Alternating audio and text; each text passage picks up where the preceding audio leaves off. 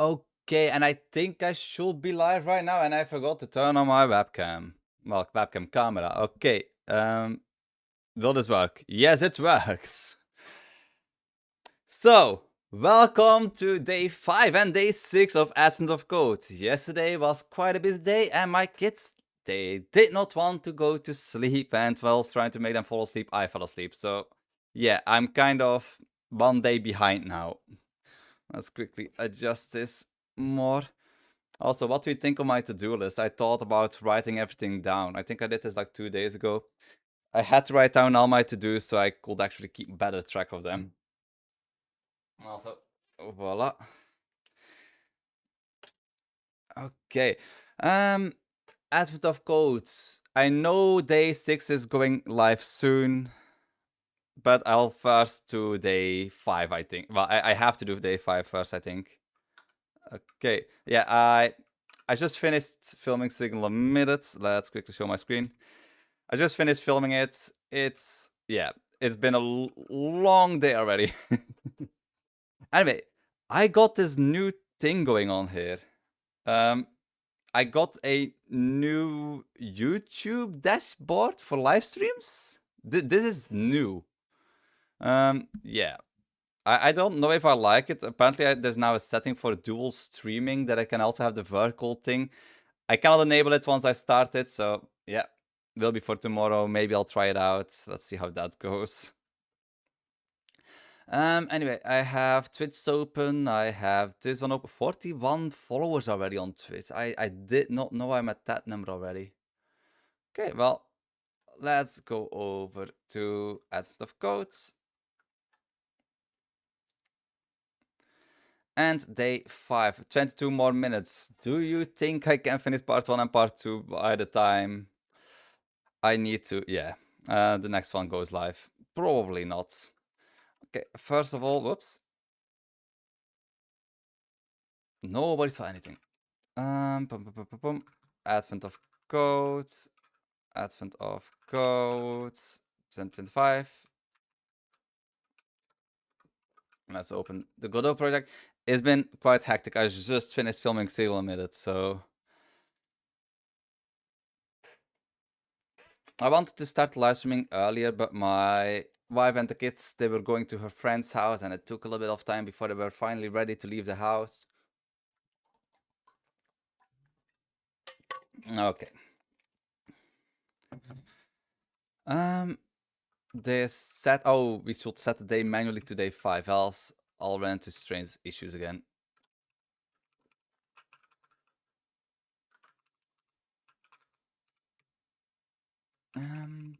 Let's just copy this. Let's also make it bigger.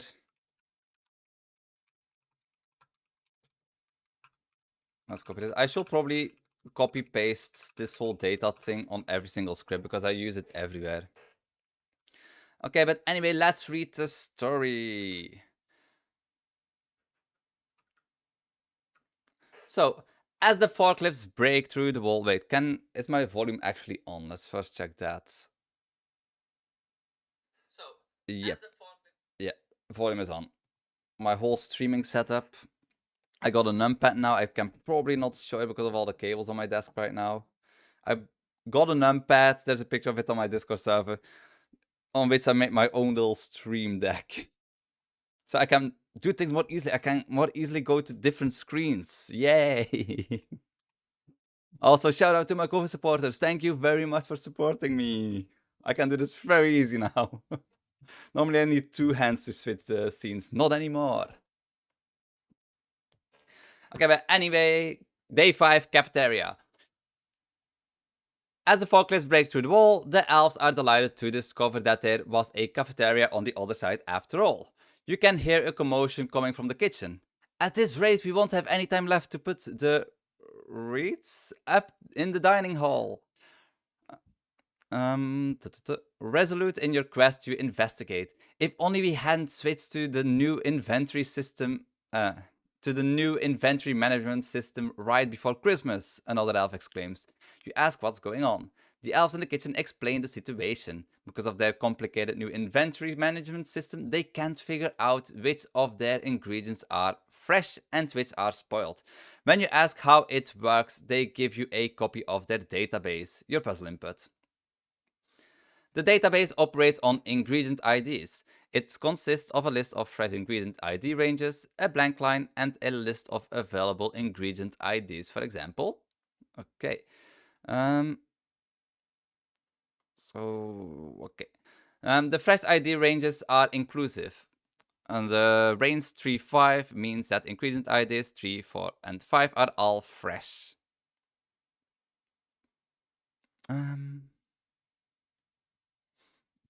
The ranges can also overlap. An ingredient ID is fresh if it is in any range. The elves are trying to determine which of the available ingredient IDs are fresh. In this example, this is done as follows. Ingredient ID 1 is spoiled because it does not fall into any range. Ingredient ID 5 is fresh because it falls into range 3, 5.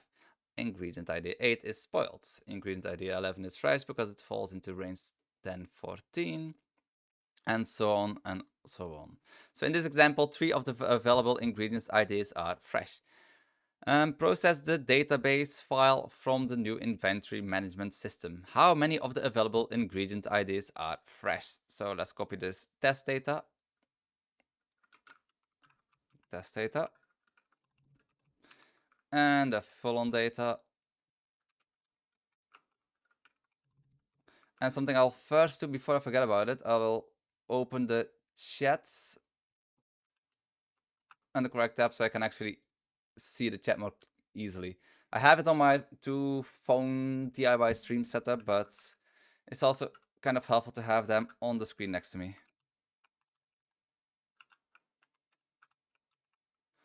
Okay, YouTube chat is on top. Let's open these one in live so I can have them more cleanly. Oh. Voila, let's... Okay. I don't think I need to do anything with this anymore. Yep. Let's go back to the normal challenge. So we have ranges and then we need to... Okay. Ah. How does the full-on data look? Okay, so the ranges are quite big.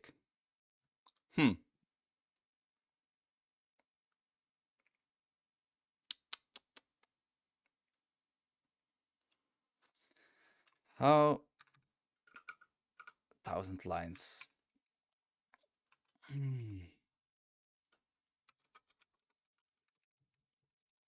So I think I will need to create a ranges thing.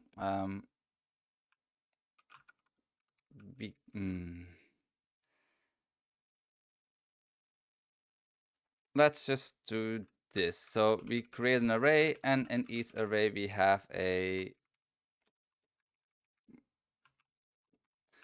packed entity array. Then we have the IDs.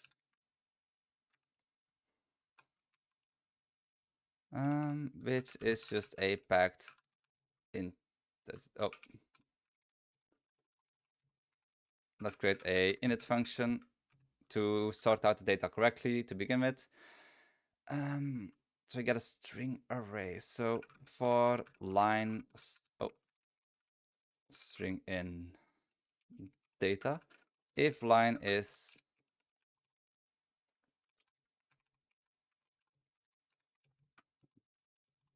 so if we come across an empty line, then we go into a different mode.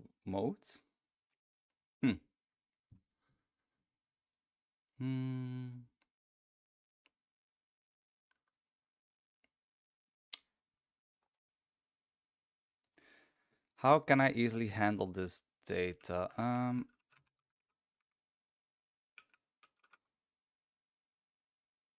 Var.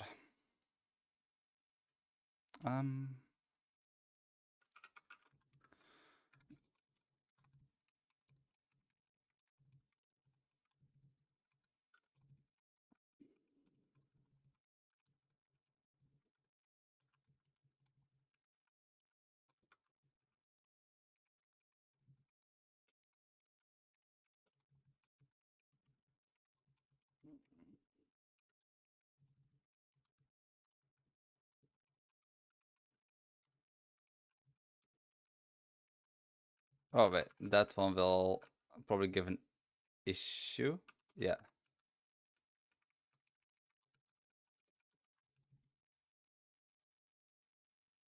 Oh no, wait, I don't need to do this. No, no, I can just check if there's a yeah, no, no, no, okay, okay. Um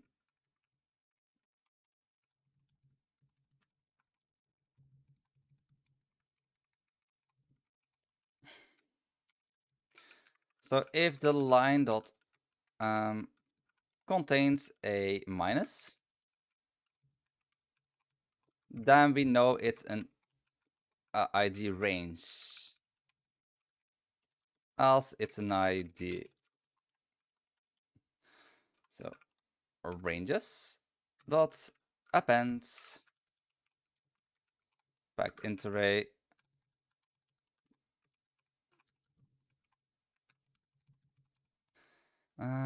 line dot split. Voila. And then for the normal IDs, we just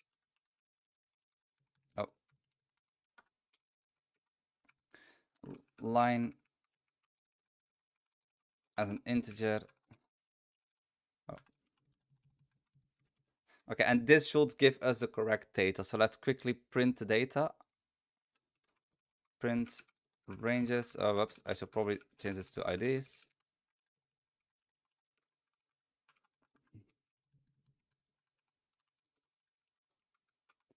Let's see. Do we get a correct 1, 2, 3, 4, 1, 2, wait.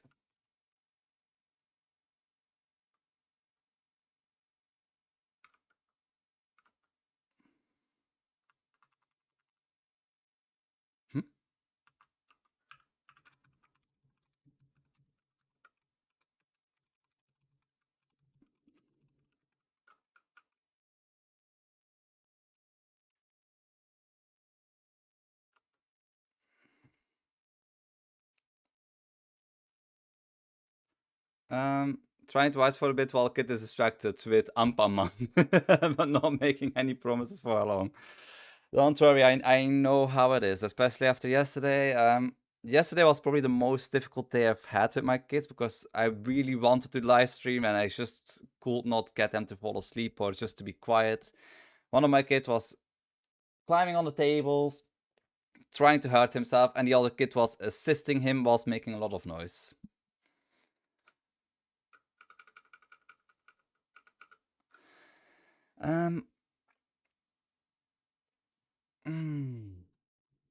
So I can only get crap. Var temp nums packed string array is line dot split. It does not handle automatic like the whole conversion automatically. So I need to do this. Temp nums 0, temp nums 1. Why is this complaining? Add one ignore return value discarded.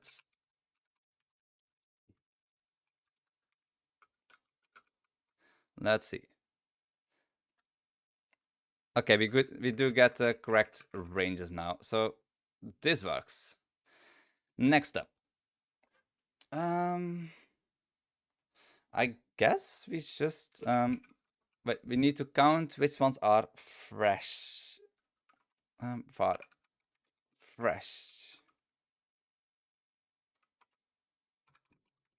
It's an integer 0. So for I int in IDs, for x int no,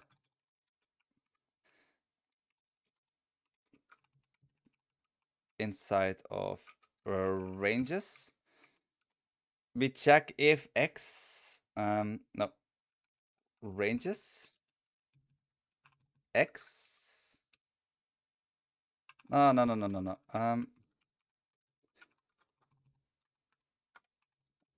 If range 0 is bigger if range 0 is bigger or equal than I, then we also need to check if it's and range 1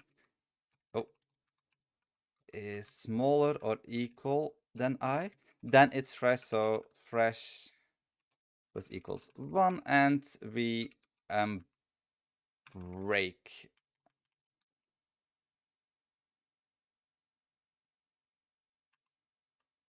Shadowed global identifier. The four range. Okay.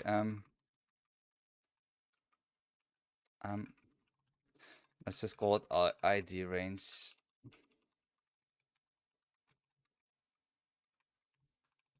And then we just return fresh. So this should return 3.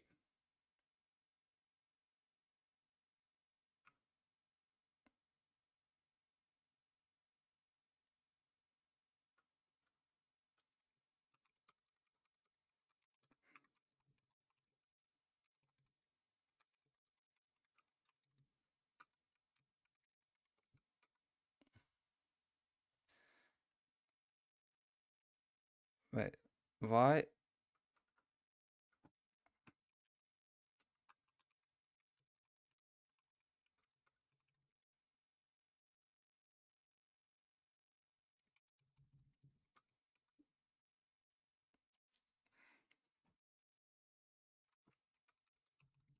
So it does go kid demanding me. Oh yeah. Yeah, I know that. Especially on a weekend. My kid on a weekend, like the oldest one, it's getting more and more difficult to deal with him. Yeah. When I'm alone with him, it's fine. But the moment that my mother, that my wife is here, she really, like, she's kind of strict for him, but not enough to the point that he keeps walking over her, by matter of speaking.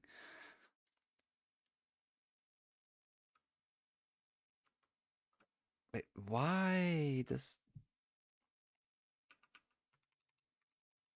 Oh, wait, no, no, no. If I is bigger or equals.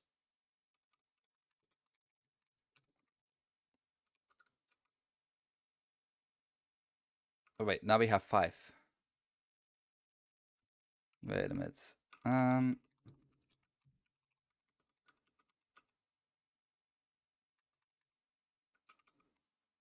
Wait. I needs to be bigger or equal than ID range. And I needs to be smaller or equal. Okay. Let's do it like this. Yep, 3. Okay, let's take the normal data.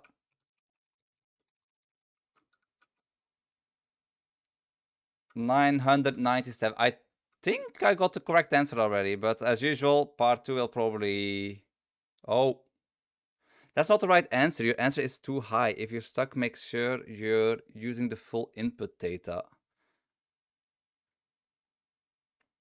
Wait, am I missing like some special case here?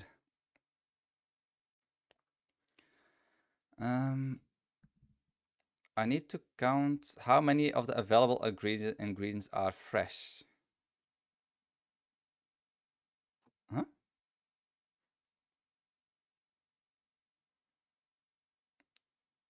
5 is fresh because it falls into 3 and 5. The 5 is included. Ingredient 8 is spoiled because there is no range.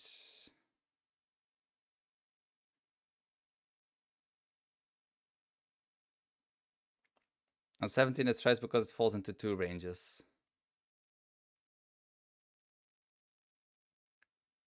Hey, Manpreet. Did you finish Advent of Code already for day 5? And day 6 is almost coming out. Why can I not why is there like a mistake in here? I don't get it.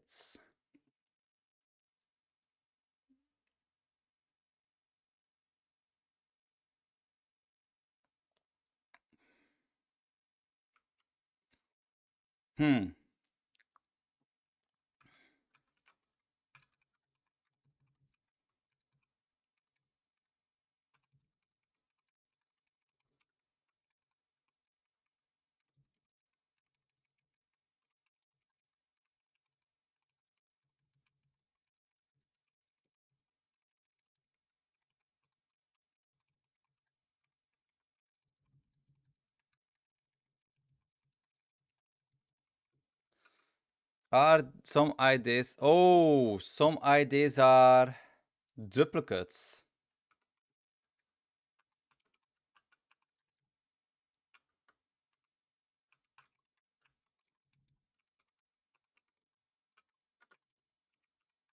Okay, so elif. So it's probably to do with duplicates IDs. Oh, wait, what number did I have before? Oh, I have the exact same number. Okay. Yeah, I finished day 5 a few minutes ago. My interpretation is you either loop through the first list once to have an array with all the fresh ingredients, and to check the ingredients with that. You can also sort the IDs to remove duplicates easily.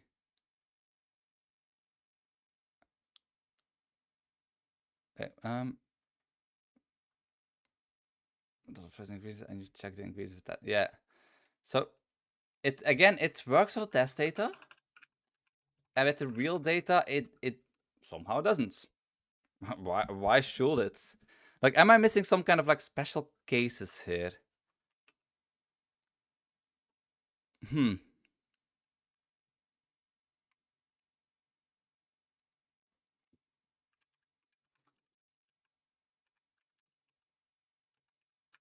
If I in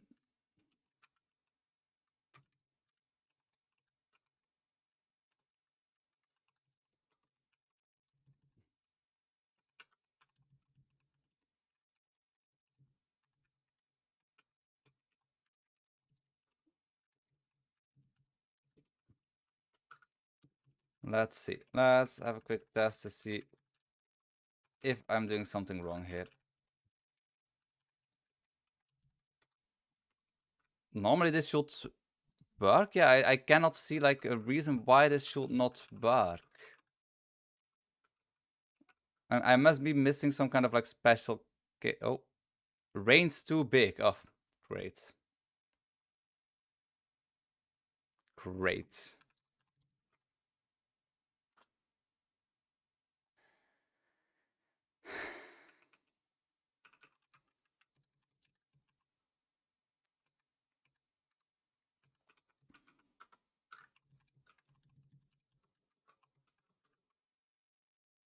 Um,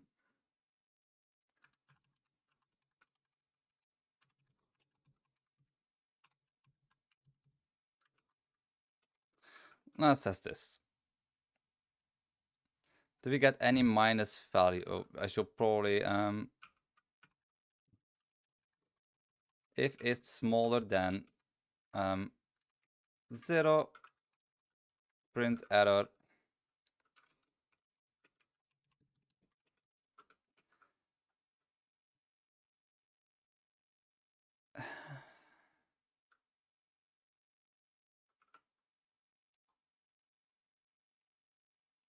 Um, hmm.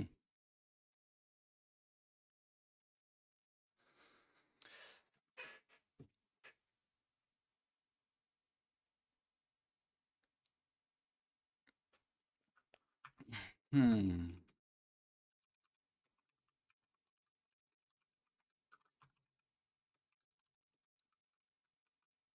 The number is too high, but we don't get any like. It is within range. Then what is the issue? Wait, am I?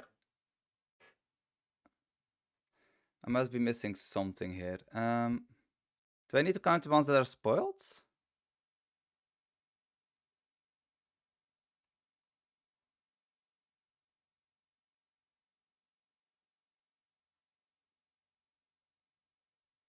The fresh ID ranges are inclusive, so yeah. The ranges can also overlap. Okay. An ingredient ID is fresh if it is in any range. Okay.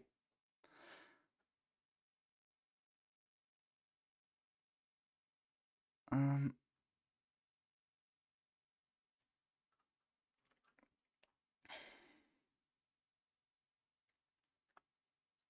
I I don't get this. I don't. I Why does this not work?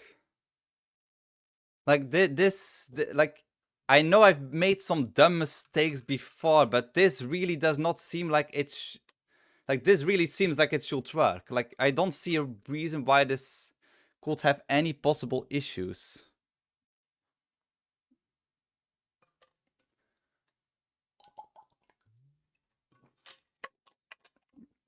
Weird, this should work. Yep, I think so too. Um, no, I'm removing duplicate IDs here. Wait a minute. I oh oh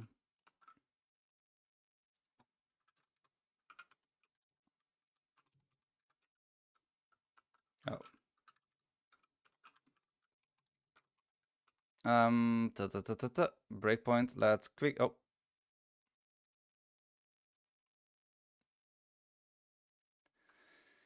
in ranges we have 4 numbers. Yep. And now for here we need 1, 2, 3, 4, 5, 6 numbers.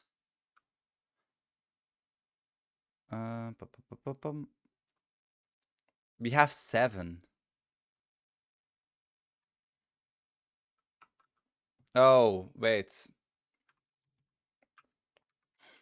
Elif line equals.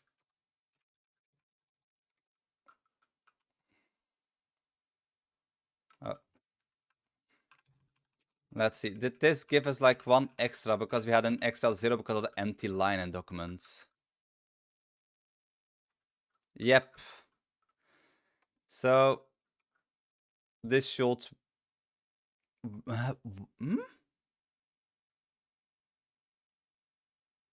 My answer is too high.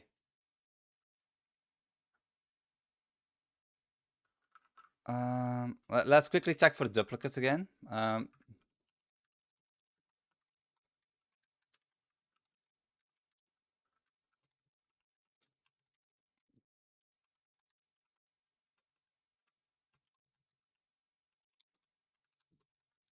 Handled I this.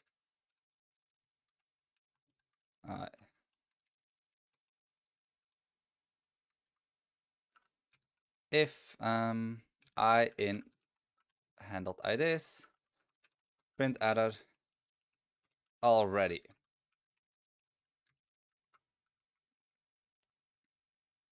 Nope.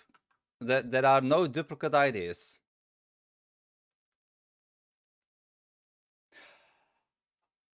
Oh, wait. Is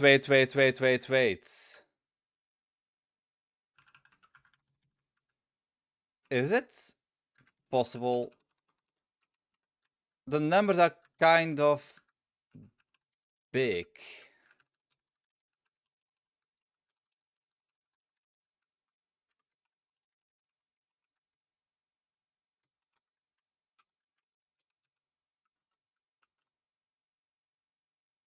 Oh, that was it. I think this was our issue.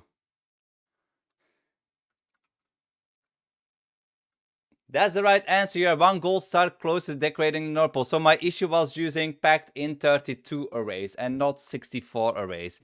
So the space available was just too low. So that's the issue that we were running into. Okay. I'm not crazy. It did work. It's just a mistake on my part because I wanted to use 32 instead of 64. Anyway, part 2. The elves start bringing their spoiled inventory to the trash chute. Oh. The elves start bringing their spoiled inventory to the trash chute at the back of the kitchen so that they can stop bugging. Oh, so they can stop. So that they can stop bugging you when they get new inventory.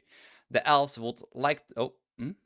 So that they can stop bugging you when they got new inventory, the elves would like to know all of the ideas that the fresh ingredient ID ranges considered to be fresh. An ingredient ID is still considered fresh if it is in any range. Now, the second section of the database, the available ingredient IDs, is irrelevant. Here are the fresh ingredient ID ranges from the above example. The ingredient IDs that these ranges consider to be fresh are 3, 4, 5, 10, 11, 12, and so on until 20. So in this example, the fresh ingredient ID ranges consider a total of 14 ingredient IDs to be fresh. Process the database file again. How many ingredient IDs are considered to be fresh according to the fresh ingredient ID ranges? Wait.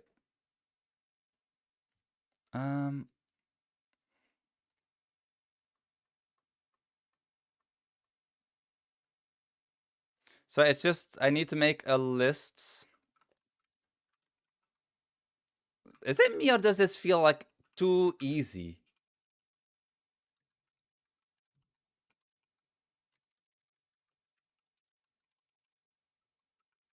This feels too easy. Does it?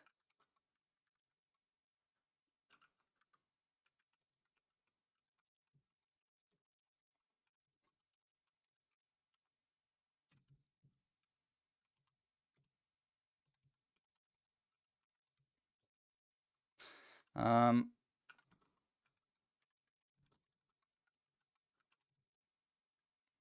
oh wait, range does not work with those high numbers.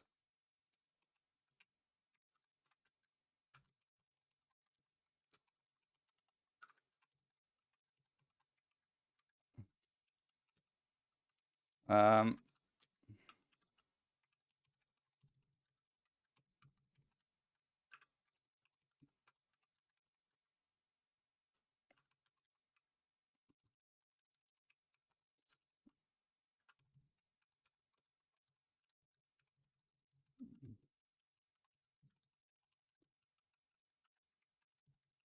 okay. This will give an error. Or not.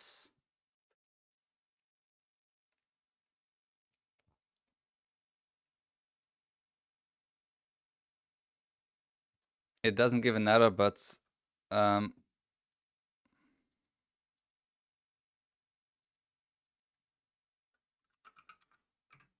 I think Godot is crashing. Nope. It is stuck on something. So, okay.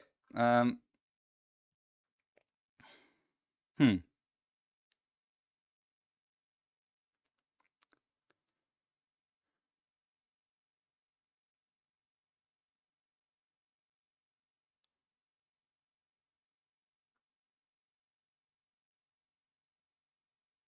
Okay, this is.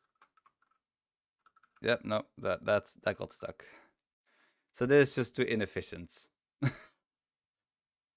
I could expect this to be inefficient, but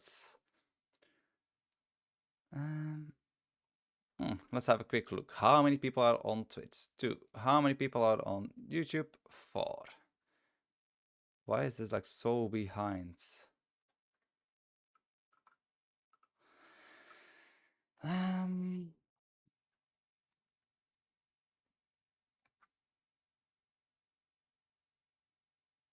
Do I create a new like?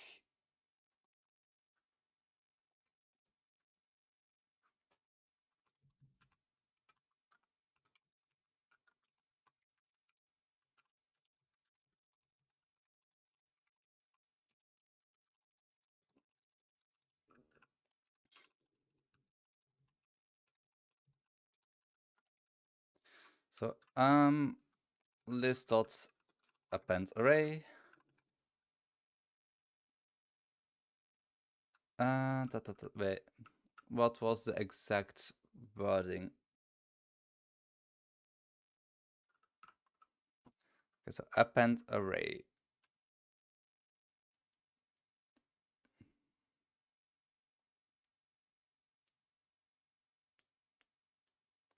Okay, I think I know a better way of doing this. I do think I know a better way of doing this.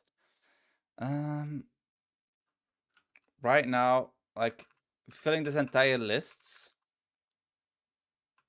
will probably be too, yeah, not great. Let's first try it one more time.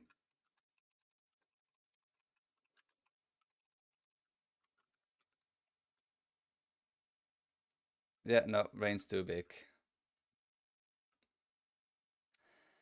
Okay, let's scrap all of this and let's try to get the maximum ID first. So var max ID int 0 for now. We go through this again.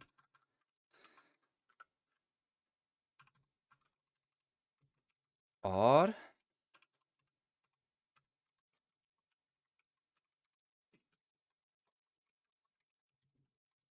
whilst we append this,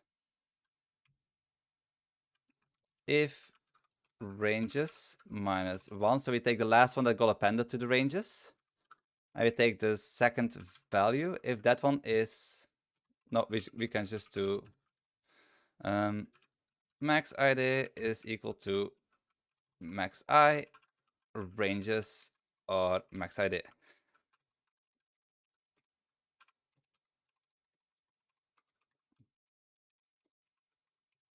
And we just return max ID. Okay, so how this is the maximum ID. So now we know what the maximum is, and if you just go through one by one, just like in here,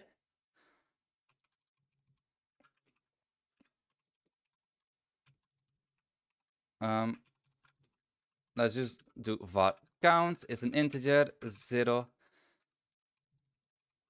for I in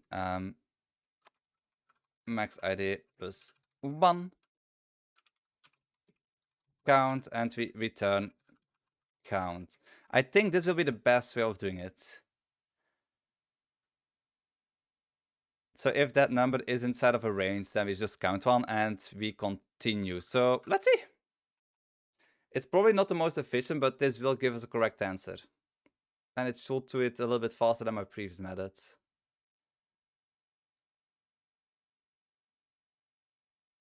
Or maybe not. Nope. Nope.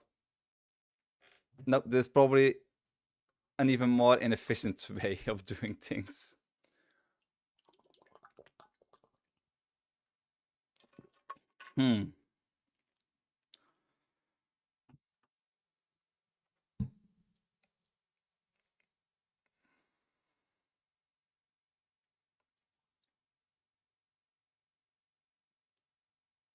No, let's stop this. Let's stop this.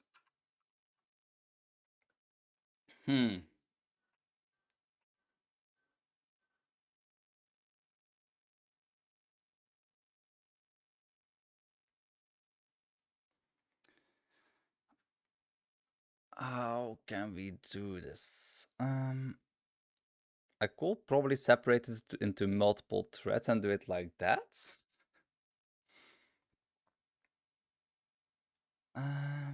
I feel like it also gives some kind of like hints.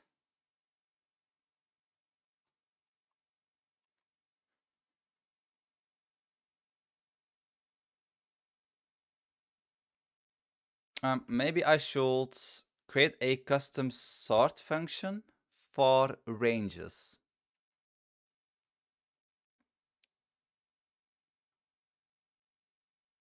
Yeah.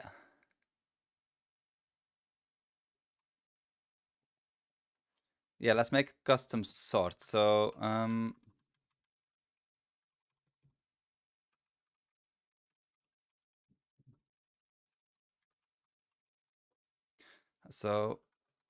ranges dot sort custom, and I know that I need to return a function now, and that's something that will be kind of annoying.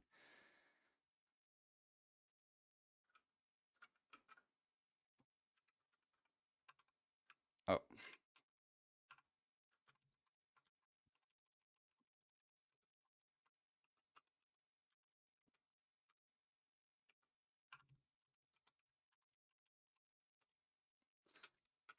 Sort ranges, A will be a packed int array, And B will also be a packed int array. So if we start custom, how do we the function callable? So sort ranges.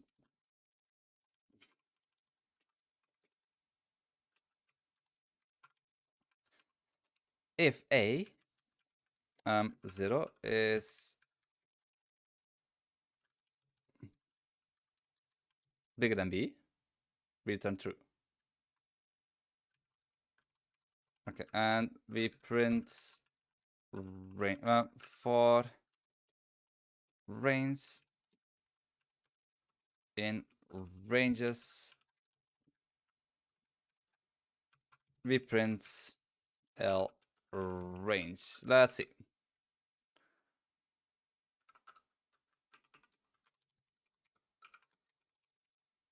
Why untyped declaration?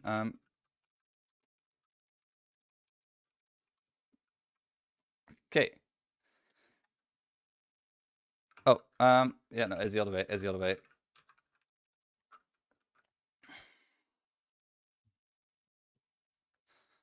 Okay, so now the idea is we need to minimize the amount of wait a minute.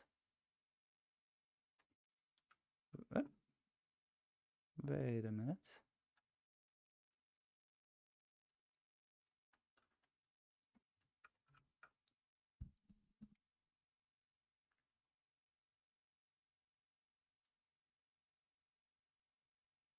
These ranges are very similar to each other. Like the end one is almost equal to the first one.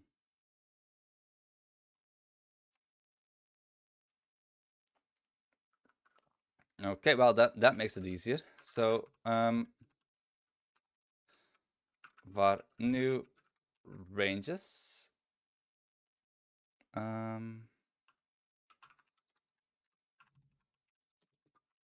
packed in 60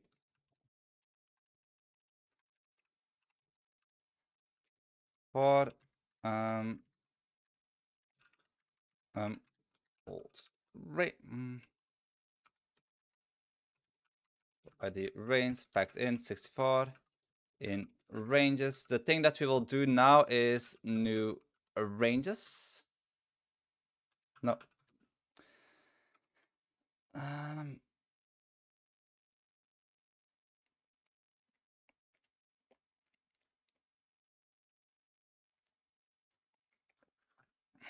First of all, we need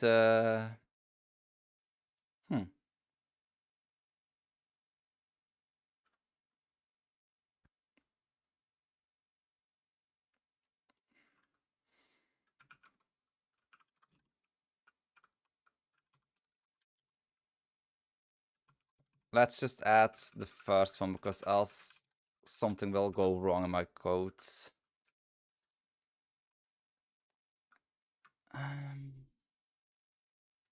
So if ID range 0 is equal or the same as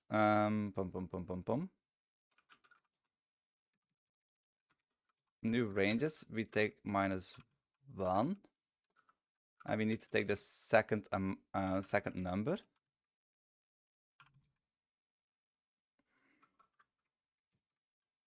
I think we need to do -1 because some of them look very close together.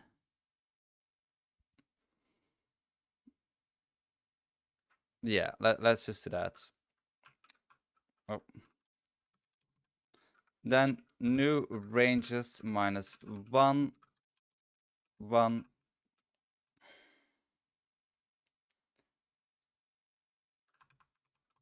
Now we also need to check if ID range 1 is actually bigger than new ranges minus. Oh no, wait, no, we already checked for that.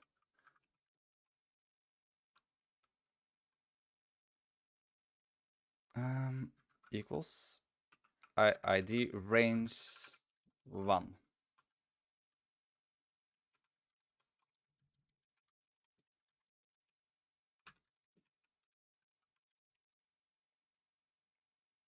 Hmm.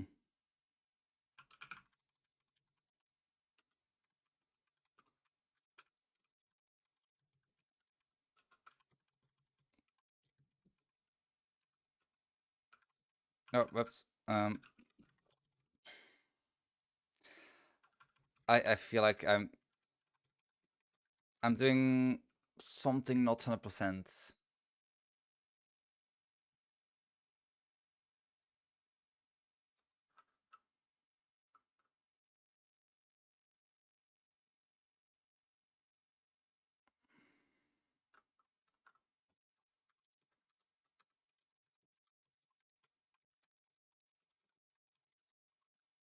Let's see. Does the print started? Um, First of all, let's stop printing the reins here.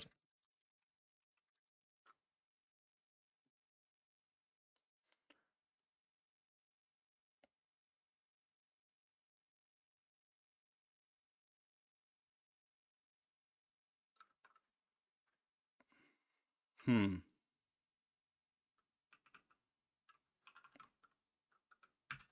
Nope. Let's stop this one.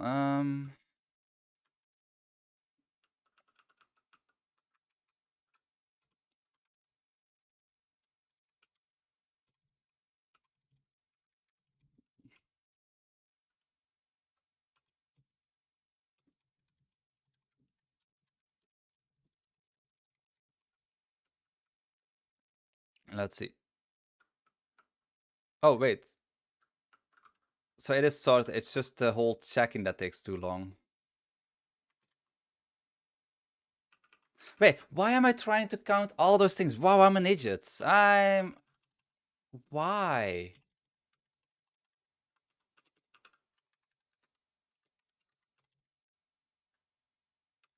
That was just to count plus equals new ranges. Bum, bum, bum, bum, bum. ID, no, no, no, 1. No, ID range minus ID range 0, and we should probably do plus 1, I guess. Wait, let's see. Let's see it with the test data first.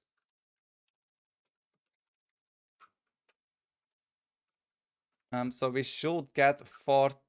Oh.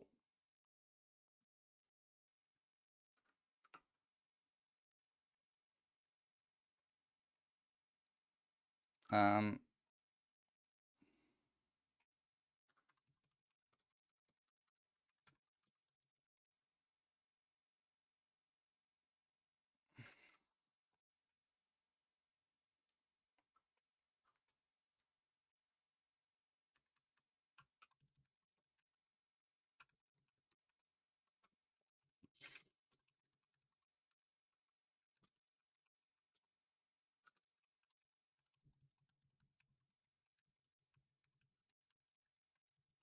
I don't think this will work.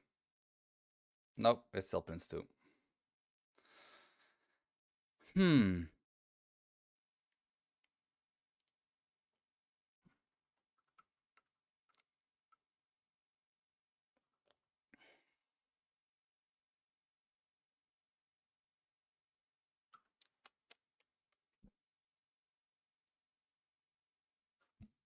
Hmm.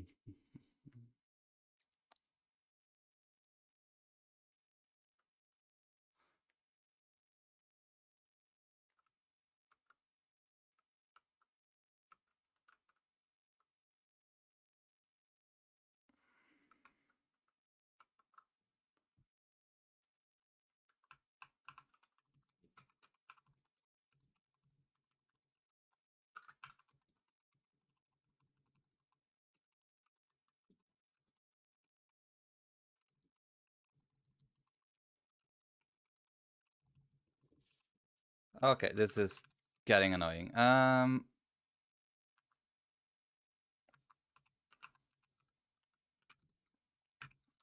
int in I cannot even do range because the numbers are too big.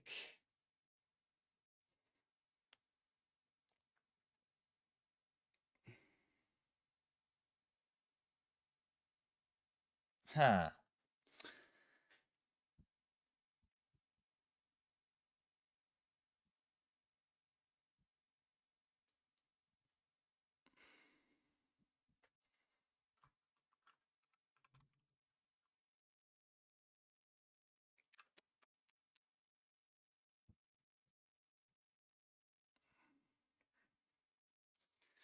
Okay, this is going to be more difficult than I thought.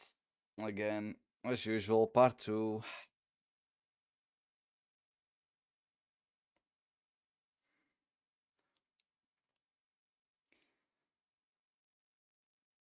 They do overlap in some way.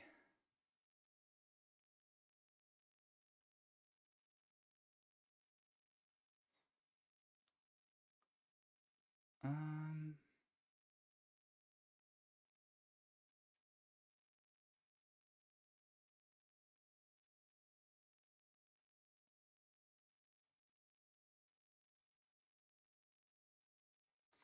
can I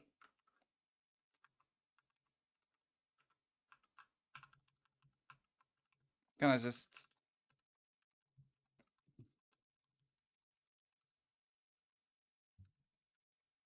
part X is an packed int array.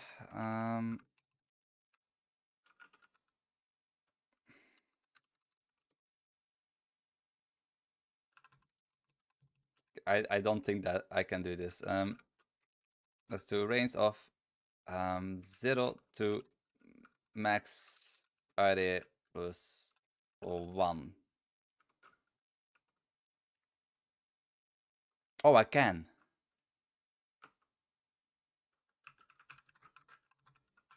Can I print it?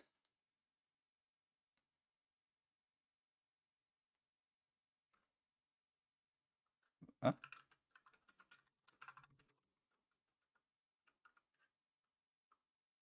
Wait, oh no. Yeah, no. Okay. We're using the test data. Whoops.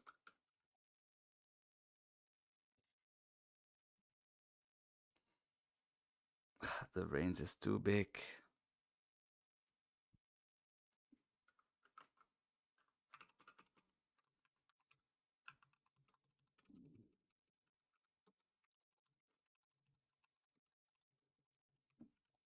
For I int in max id plus 1. Can I do this? Append I.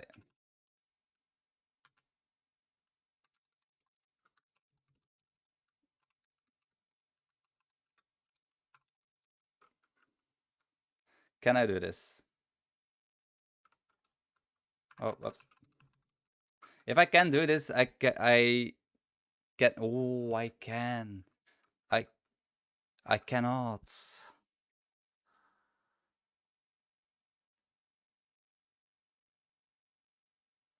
No, it's just I saw the 0. It should be a 10. I made it into a 10 that should appear here, just in case it will happen. So no, we cannot create an array like that.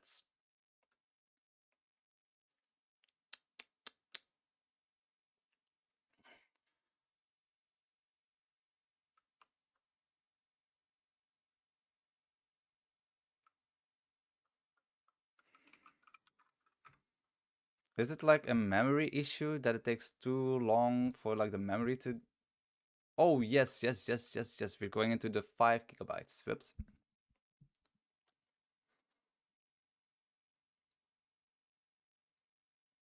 How about we do the opposite?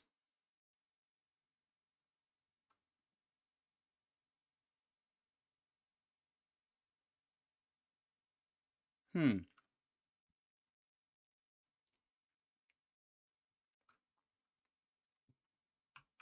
How about I take this part 2? I do this.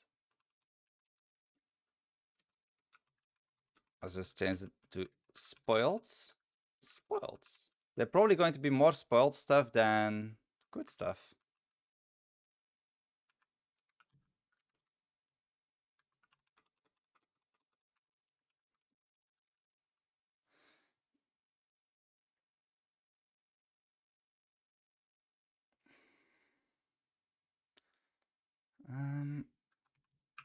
For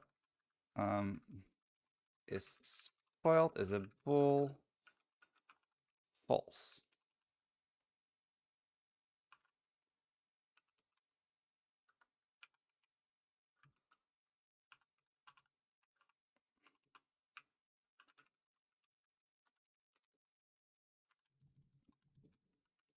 true.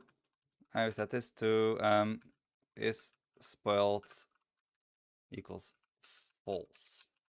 And if is spoiled, we set if it's spoiled, then spoiled plus equals 1. And then here we just do max ID minus spoiled. How about this?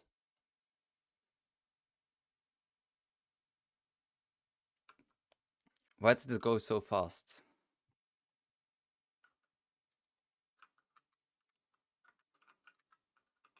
Because I'm an idiot.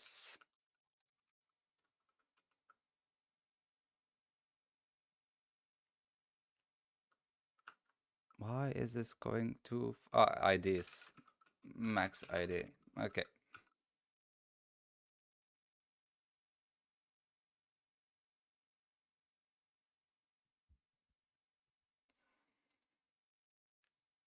I wonder what the part is that takes so long. Just going through all the ranges, or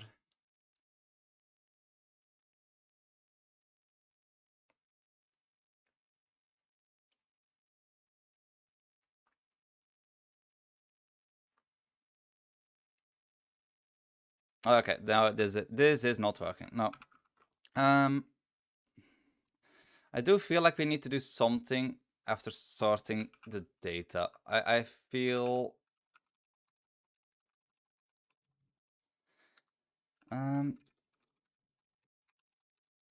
so first up we need to clean up the ranges. So clean up ranges. After that we can easily take the highest number of range minus lowest number of range and plus 1 because it's inclusive. Yeah, and that will be the whole thing. So we need to clean up the ranges. So for our range ID range back int array in ranges. We need to create a new we still need to create new ranges. So array of backends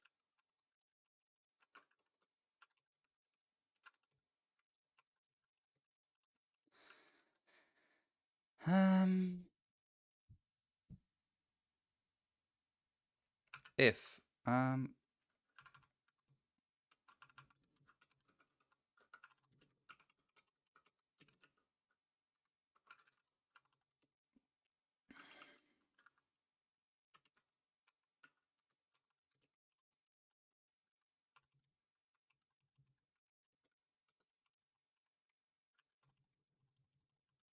if ranges I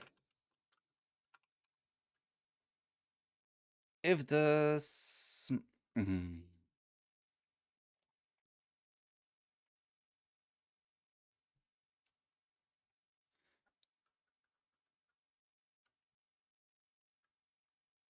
if the smallest one of ranges equals or is less than the new ranges one, the last one that got added to new ranges.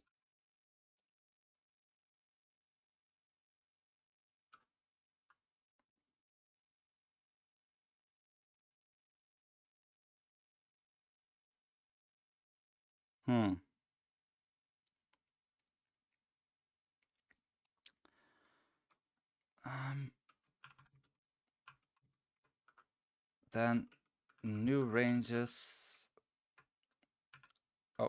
minus 1 should be equal to ranges I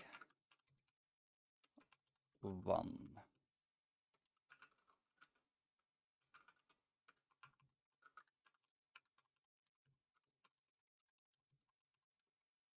If that one is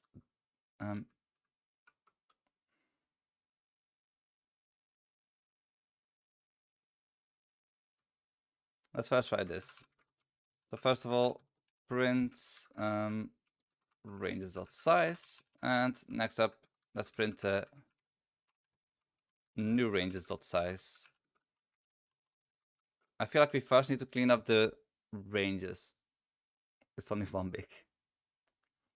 Wait, we only have 178.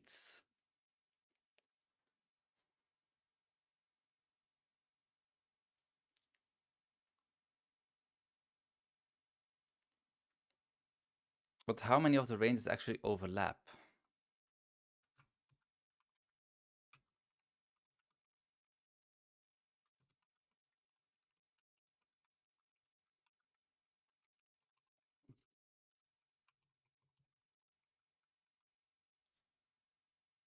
Oh, we're getting closer to something.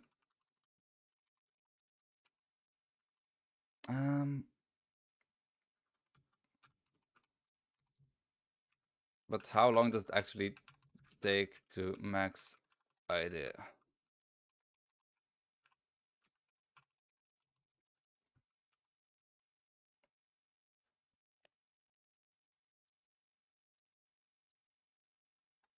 Okay, take some time. What is a minimum idea? Like, that's something we should also look for, I guess.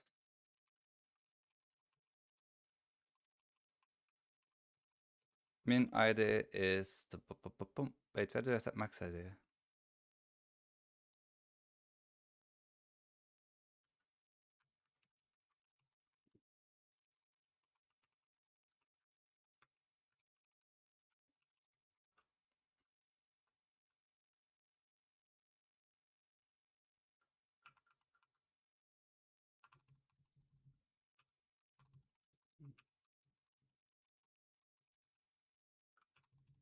Min I ranges -1. We take 0 and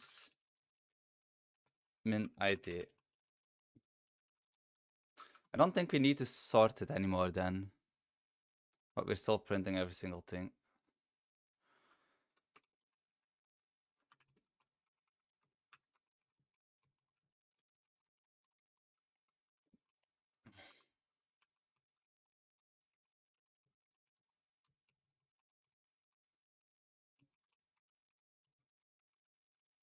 Wait, why?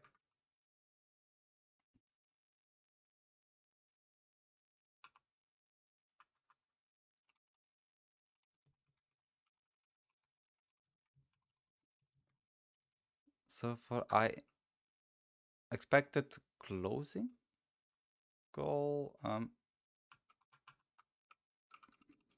no, no, it's just godot that's, oh, it probably crashed.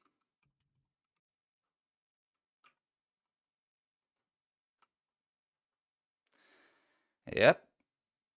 Well,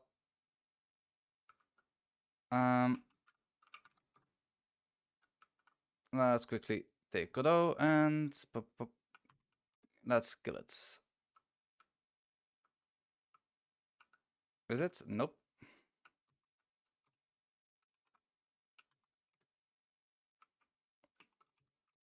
Now it's dead. Back to advent of code. Let's, yeah, I will also need to go back into this one.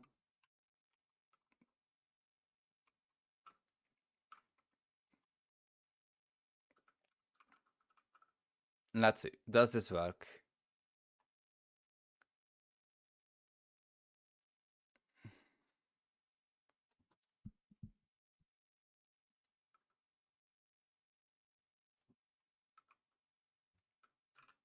Nope.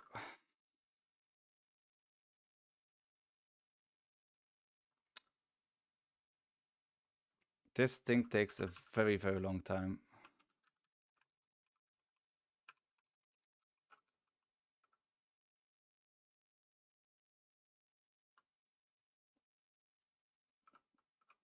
Oh,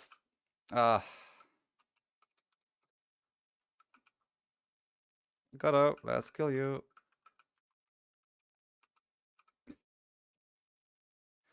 How can I solve this one? So I tried cleaning up the arrays. I tried just, but I'm basically brute forcing it right now. So that's probably my issue. Um,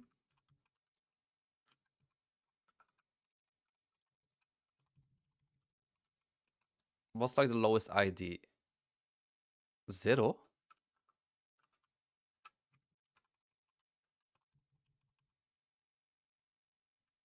Oh, wait. Is there like a max? And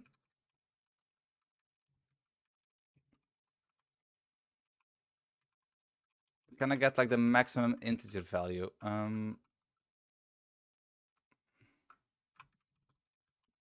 Int. Um,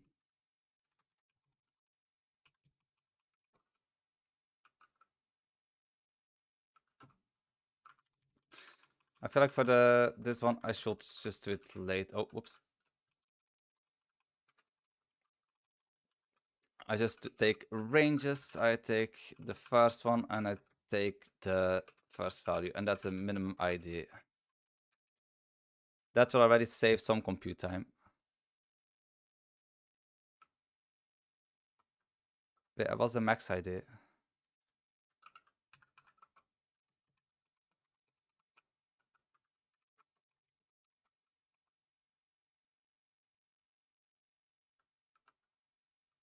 Okay, so it's still a big difference.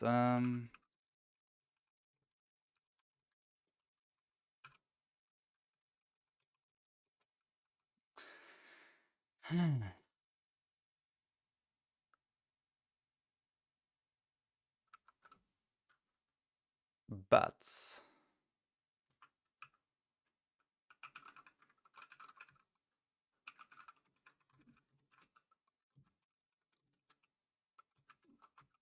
I feel like this is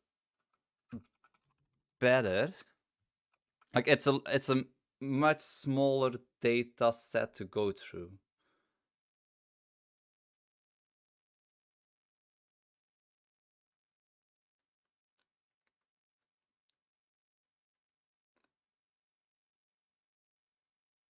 Or so I thought.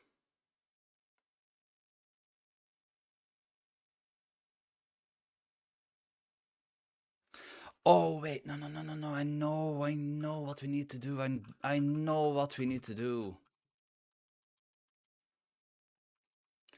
Um.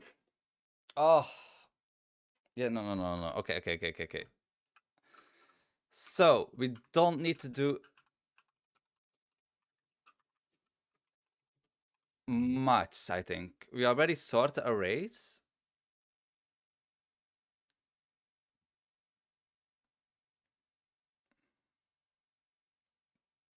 No, wait, no.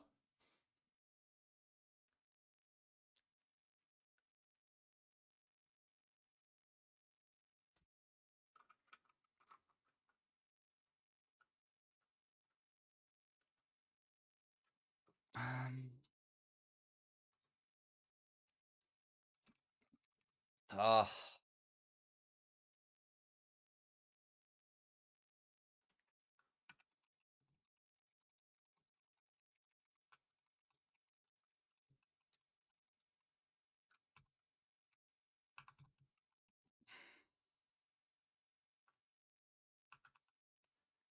There can be an overlap. That's like that's the issue now.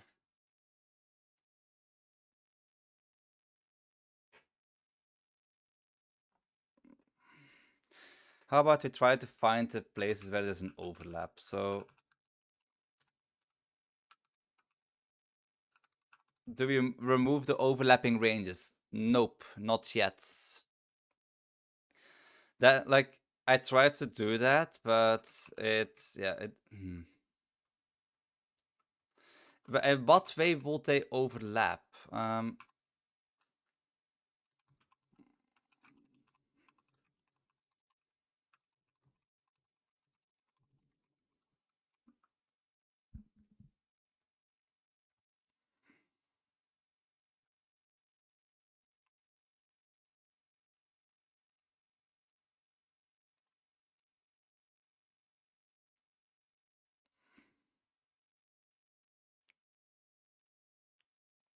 Like, is it like a full-on overlap or?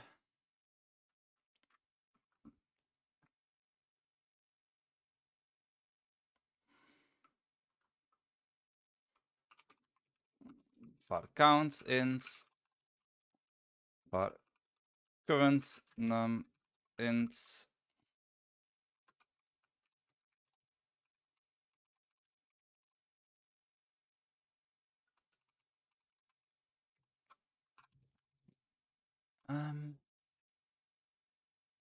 we start at the minimum ID.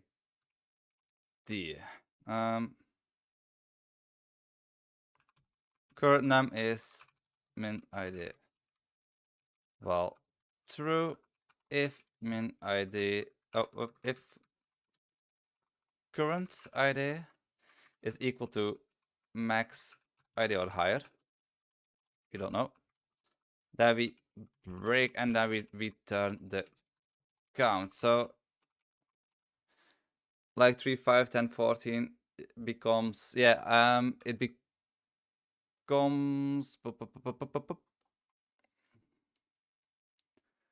where is it? Oh yeah, it's just from 3, 4, 5, and then from 10 all the way until 20, yeah. Oh, I forgot what I was going to do. No. No, why? Current. Why do I have the memory of a hamster? Oh, I had such a good idea. Okay.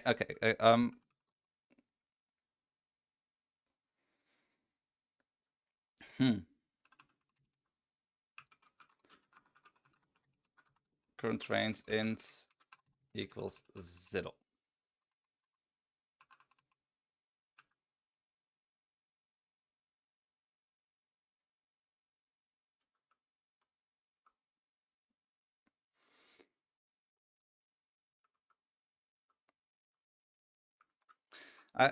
Should I like check?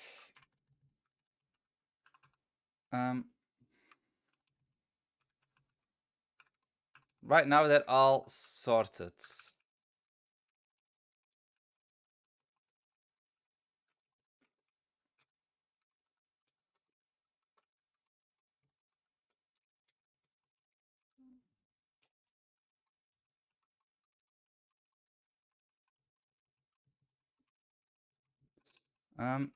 If ranges I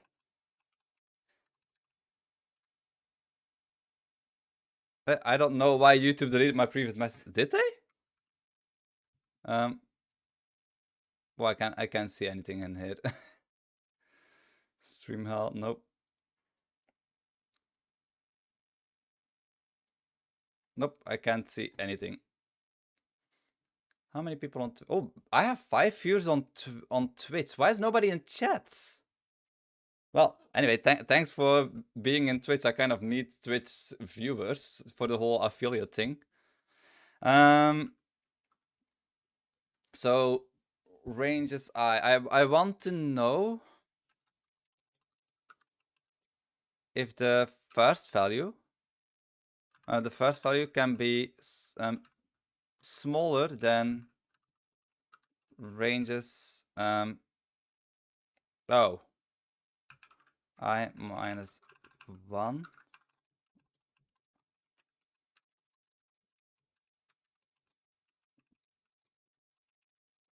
I think that's possible. Yep.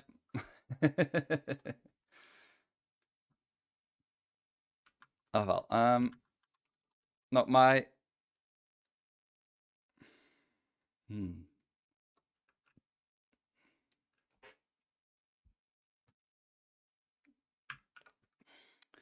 So,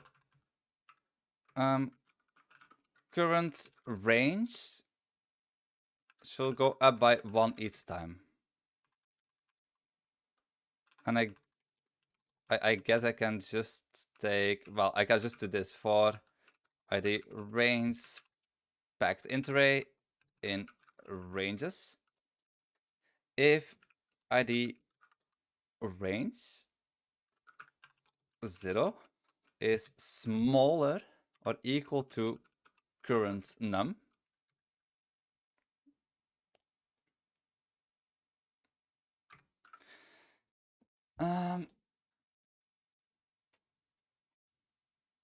No, wait. Uh,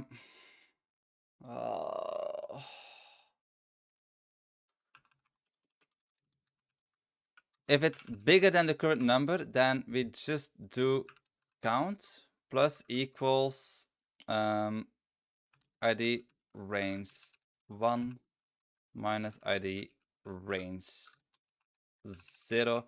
And we set the current num equal to id range 1.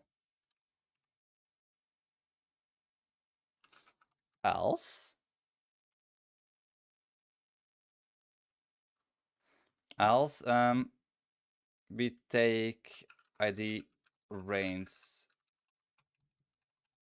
1 and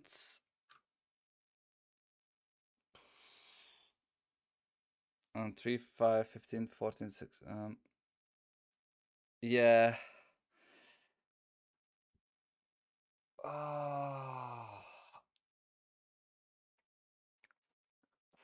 But how are the range? Like well, I'm sorting them. So wait. I'm already sorting the arrays. So when they're sorted, they go like this.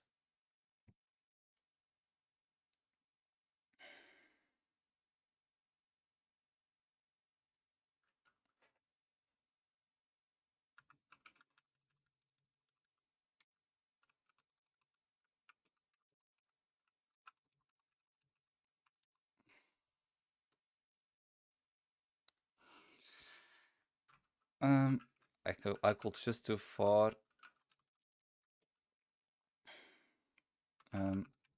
id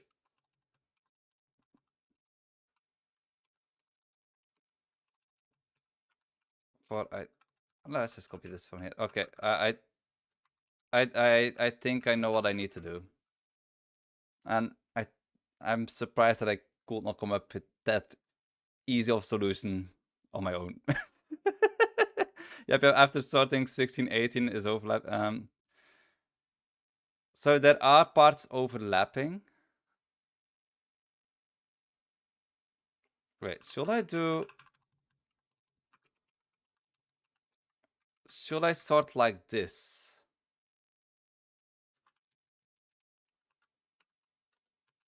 For id range, let's do this. Let's do this and print. I need to print all the id. Oh, whoops. Ranges. Okay. I'll just return 0. Okay, let's do this.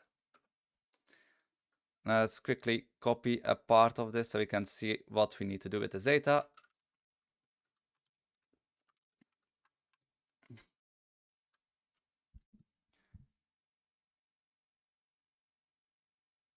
So a lot of them have the exact same start number.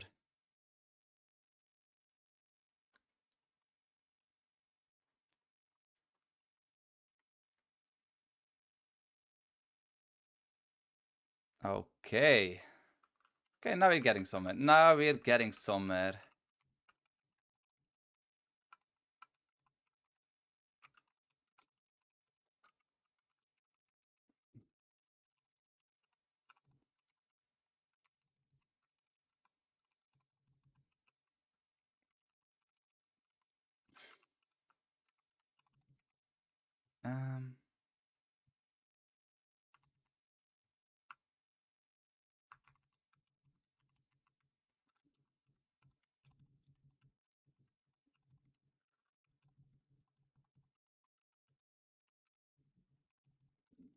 Let's remove the max ID and stuff. We don't need that anymore. Okay, now I know. Now I know what I need to do. So we're sorting everything and then we just clean up everything. So for ID range packed in 64 array in ranges. Oh, wait. Oh, no,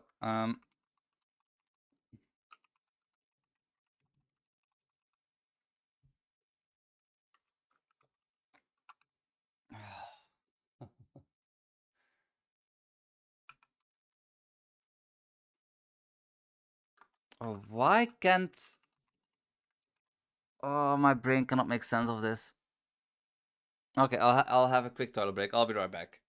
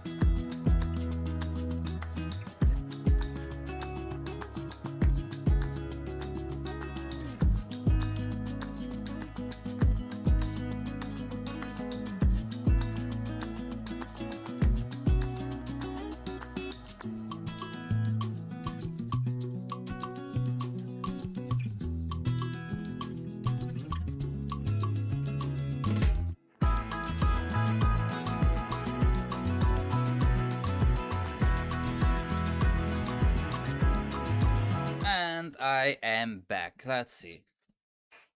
Um.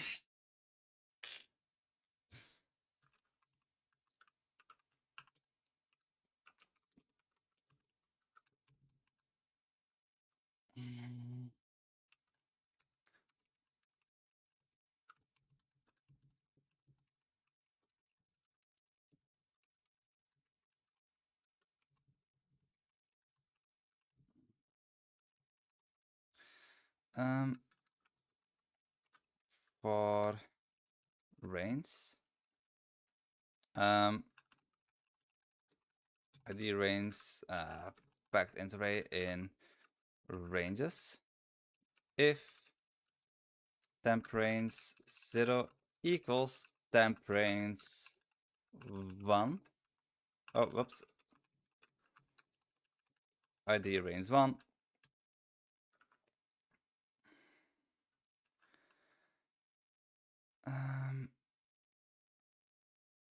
Wait, but can I change that thing like values directly?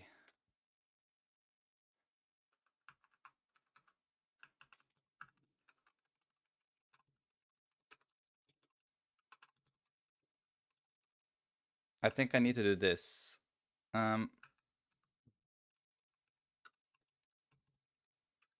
Then ranges I... Wait. Then ranges I 1 is the maximum max I of temp range 1 between ranges I 1.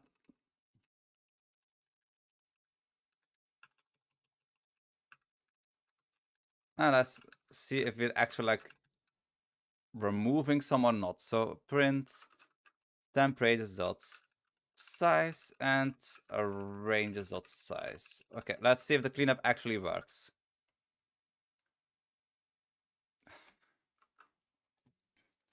I'm not adding the range. I'm not adding afterwards.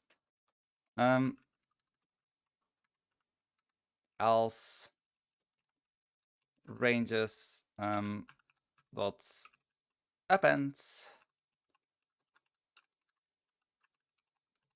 temp range. Okay.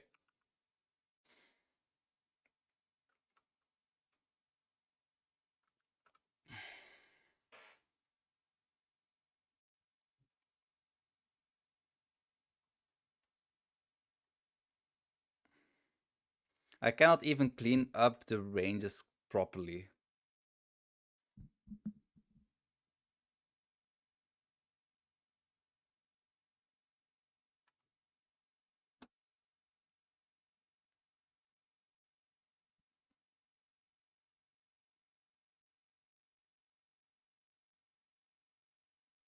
Um,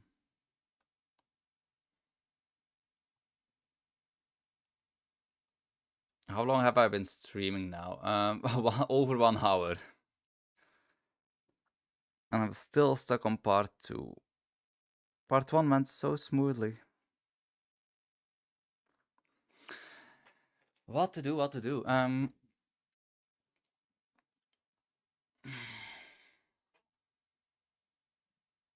It's probably still running. Yep. Let's quickly try to shut that down.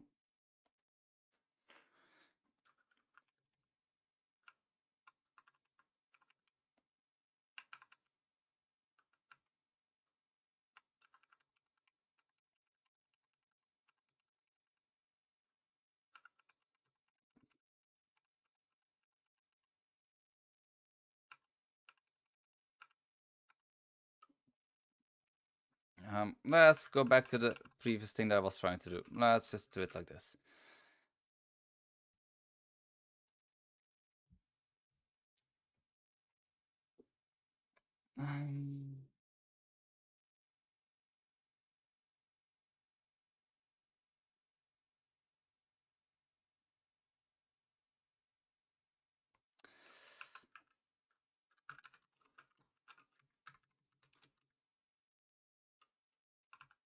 No, we're already. Wait.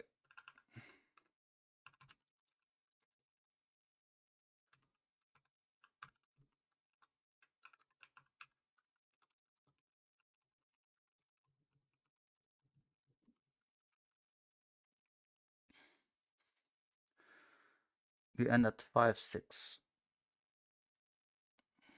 We start at 4, 5, 9.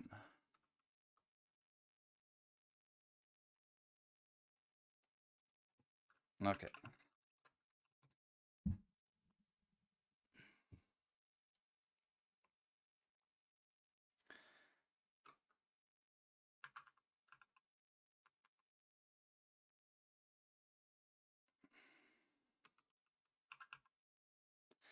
So if the ID range number 0 is bigger or equal than current num.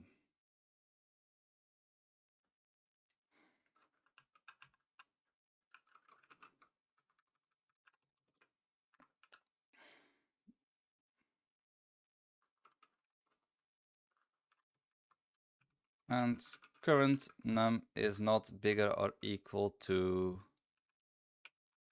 ID range 1.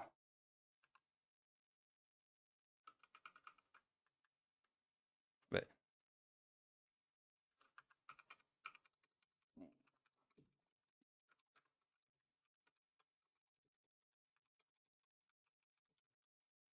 If current num is bigger or equal than ID range.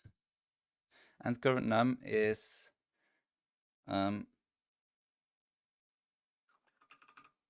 smaller than ID range 1.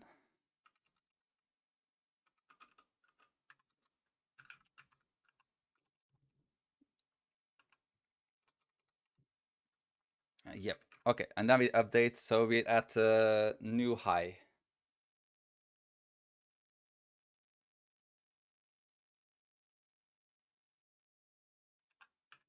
Else, elif ID range 0 is bigger than or bigger of equal than current num. Now current num becomes id range 1 again. Id range 0.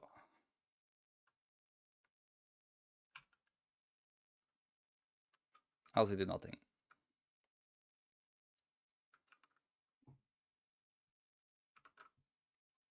Now let's see how this is with the test data. 12. No, we should have 14. But I do think we should do this. This should be 40. No, 4.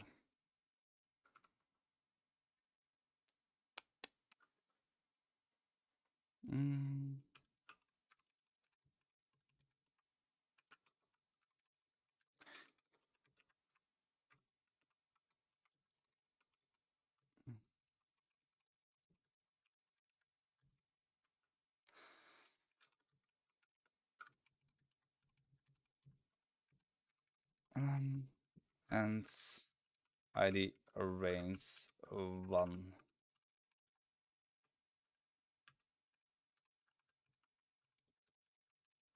id is not in a range. Wait a minute. Why do I feel like I made a mistake here?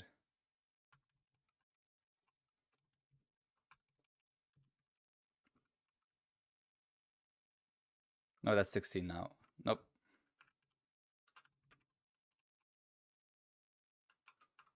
If I only do this plus 1.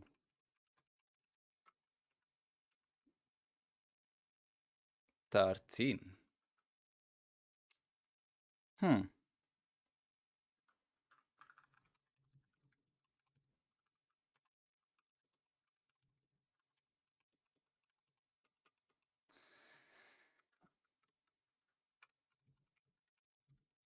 Okay, let's see what is going wrong here. So id is in range 5. It's inside 3 to and 5.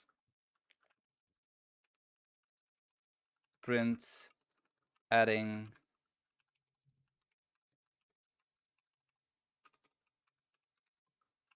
Okay, is this one working correctly? Adding 0? Oh, wait.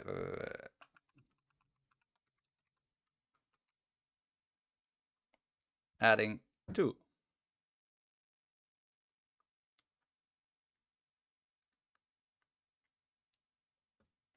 Is that correct?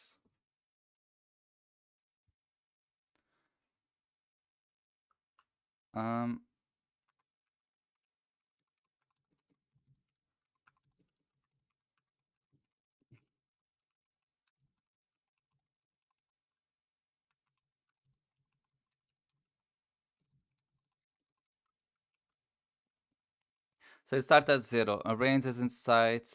3 is inside of 3 and 5.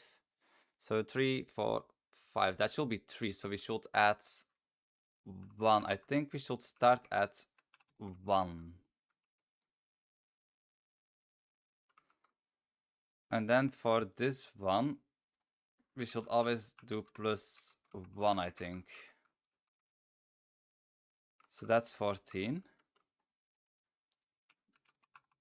Then for this one, we get this number. Boom, boom, boom. Let's see.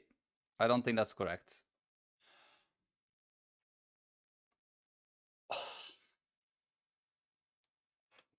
Yes.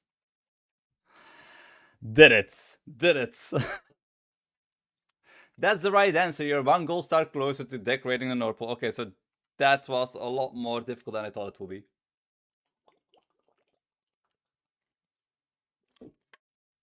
But I feel like I said that about every part 2 challenge. Okay. So this is working. Let's remove all the print statements. We don't need those anymore. Okay, so this works. This also works, and this also works. Do we need the minimum ID idea. I feel like we can just do this, and we don't need the maximum ID at all. So let's remove this one, let's remove this one, and let's remove this one.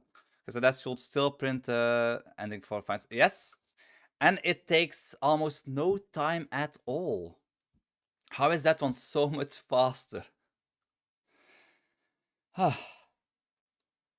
Okay. I think I can probably combine these later on to like check this stuff, like to do part 1 faster, but it's only 9 milliseconds. I don't think I will take my time to like, yeah, I won't optimize this. Okay, well, anyway, we can go to day 6 now, finally. Let's go back to day 1, I guess. To copy these things here, let's take our test data. And let's go over to day 6, because I have 2 days in a row. Yay! Double the headaches. Double the headaches half the time. Okay, so how long have I been streaming? I've been streaming for about, well, over 1.5 hours. Let's see if I can finish within 3 hours. Okay, day 6, trash compactor.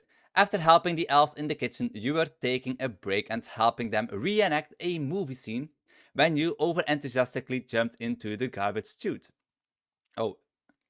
A brief while later, you find yourself in a garbage smasher. Unfortunately, the door's been magnetically sealed.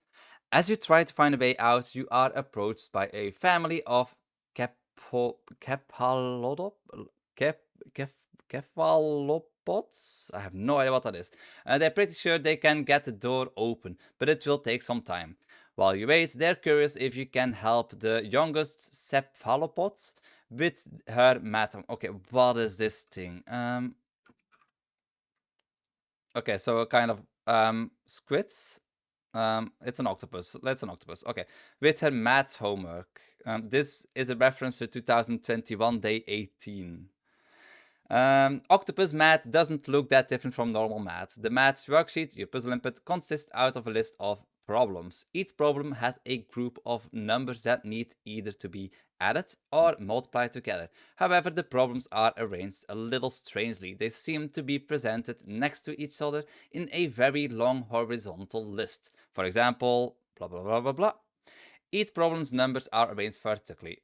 At the bottom of the problem is the symbol for the operation that needs to be performed. Problems are separated by a full column of only spaces. The left-right alignment of numbers within each problem can be ignored. So this worksheet contains 4 problems. So, yep.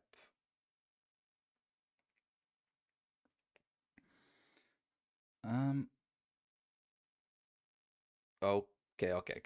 I think I got it. And to check their work, Octopus students are given the grand total of adding together all of the answers to the individual problems. In this worksheet, the grand total is 4,277,556. Of course, the actual worksheet is much wider. You'll need to make sure to unroll it completely so that you can read the problems clearly. Solve the problems on the math worksheet. What is the grand total found by adding together all of the answers to the individual problems? Okay. That's going to be challenging. Oh. I'll probably need to put a charging cable.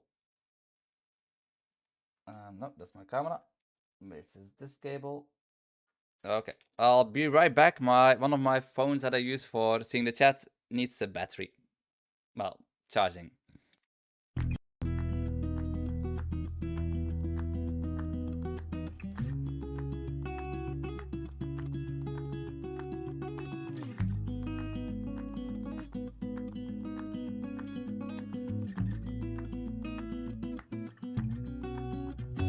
Okay, let's quickly attach this thing. Let's hope my cable is long enough. Oh, that's bad. That's too bad. How can I solve this? Let's put this one here. Let's turn the screen around. It will be a little bit more difficult to see chat, but At least I will still have chat.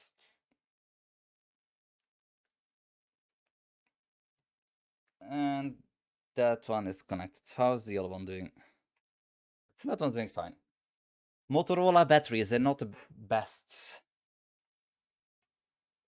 And they create updates, breaking your phone, and then ask you money to repair it, to repair the mistake that they made. Yay. Motorola, never again. They fooled me once, they won't fool me twice. If I do Twitch in full screen on a phone, does it like... Oh.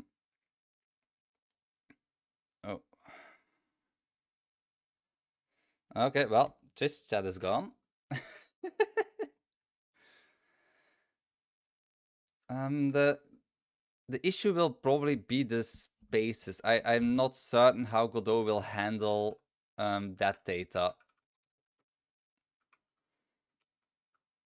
Boom, boom, boom, boom, boom.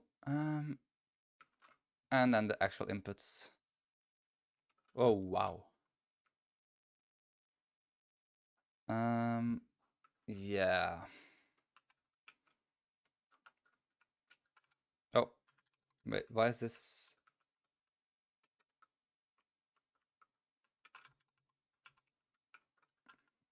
Huh? Why can I not copy this?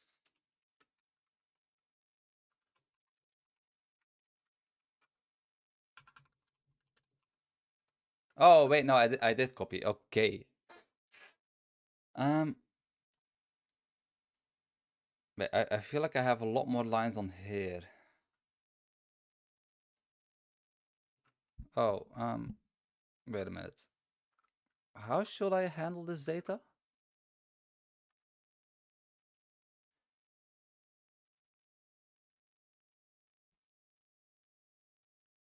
Okay, no, yeah, so that, okay, I got it. Yeah, this will be fun. Let's first see what we can do with the data part. So data.get string array, and let's split this. Oh, let's say the first entry, and let's split it by a space.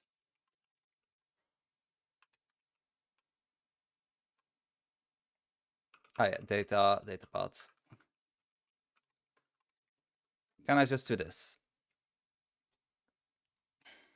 Oh wait, I should probably set it to day 6.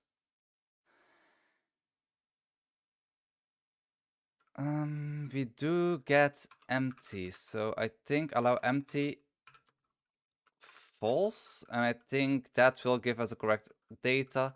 So it should have 4 numbers. We have 4 numbers. Okay, so var nums. That will be an array with packed int arrays. Oh wait, no, we cannot do that, I think. Yeah. I can try.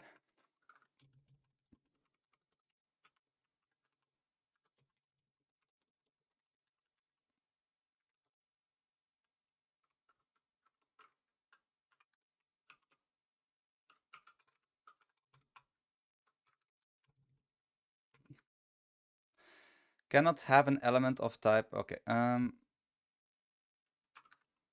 Packed string array. Can I just do packed int array?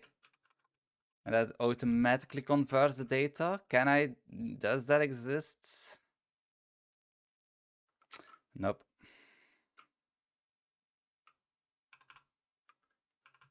Oh well. Func, let's create an init function.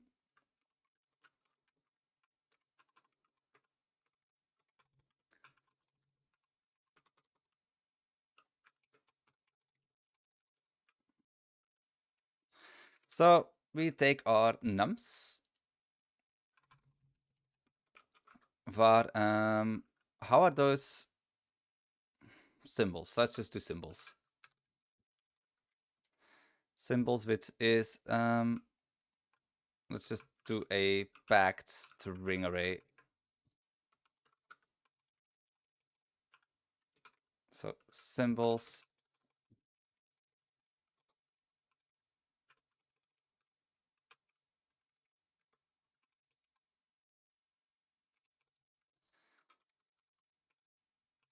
Oh.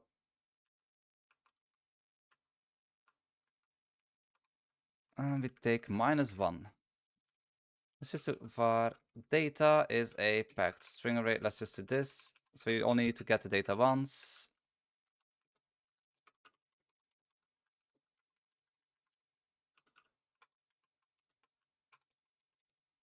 Oh, yeah.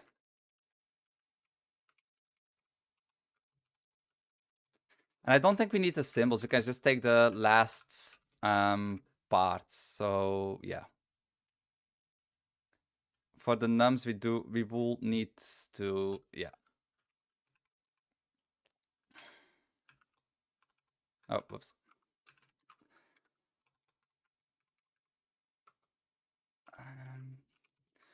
For I int in data dot size print I. Let's quickly test this. So we got 0, 1, 2, 3. 0, 1, 2, 3. -1 for the symbols. Okay. And then for string inside of data I,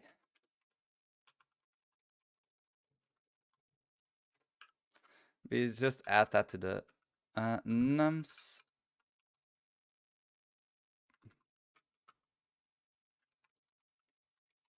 Nums data is a packed int array.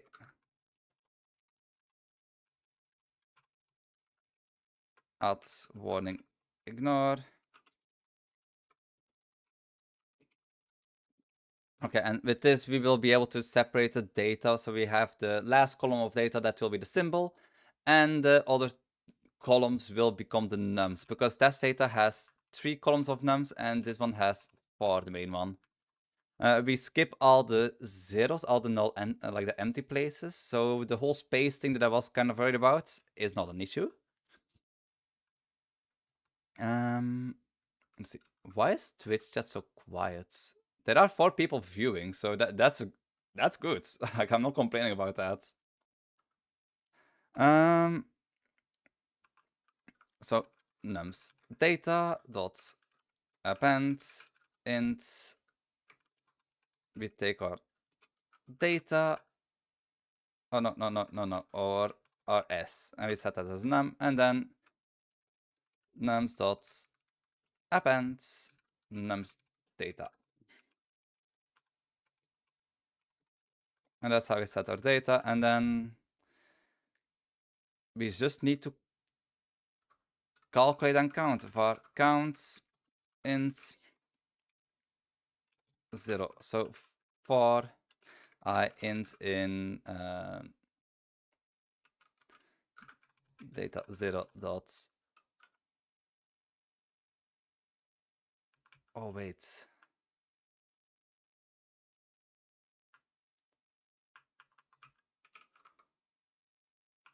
Oh wait. We forgot the splits.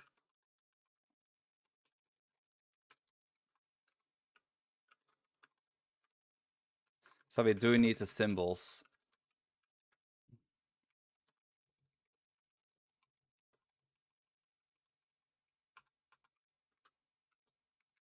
Symbols is equals to data -1 split space false, because we don't want empty ones. Okay, and now this will work better. Oh, whoops. What to do? Okay,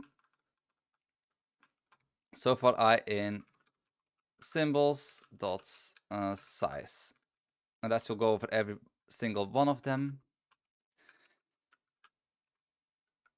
If symbols I equals, wait, how many different symbols do we have? Plus and, okay.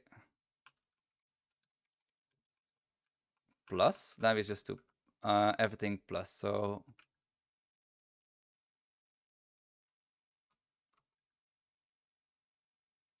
So for x int in nums dot size. No. Yeah, okay. Count plus equals nums x I at I.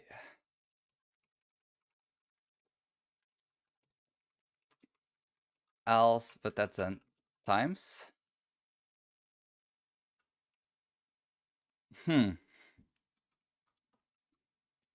For first int it's nums 0 I. And then we need to go over the other one. So for x int in nums dot size minus 1. So let's call this value. Value times equals nums x plus 1. And we take I. And then count equal plus equals value. And then we return count. And we need to get for the first one we need to get 4 million. Okay. Let's see. Okay. That looks like it works. So let's use the real data. Oh. Normally part 1 is always the easiest one, except for when you use the wrong data types, like in day 5. Oh, and let's submit this. This should work. So that's the right answer. You are 1 gold star closer to decorating the North Pole. And now up to part 2, which will take me over an hour again. And the big octopuses come back to check on how things are going. When they see that your grand total doesn't match the one expected by the worksheet, they realize they forgot to explain how to read the the octopus math. Octopus math is written right to left in columns. Each number is given in its own column, with the most significant digit at the top and the least significant digit at the bottom. Problems are still separated with a column consisting only of spaces, and the symbol at the bottom of the problem is still the operator to use. For example, reading the problems right to left, one column at a time, the problems are now quite different.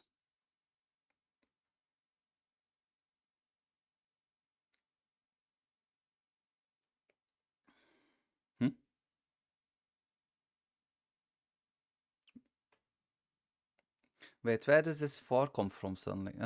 Wait, what am I not understanding about this?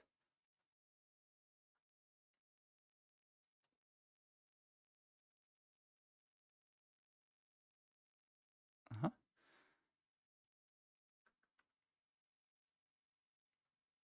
The rightmost problem.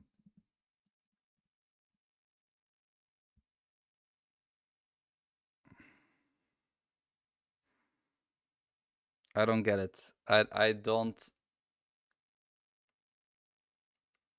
get it. Where are all the numbers coming from? Wait, eh? It's right to left in columns.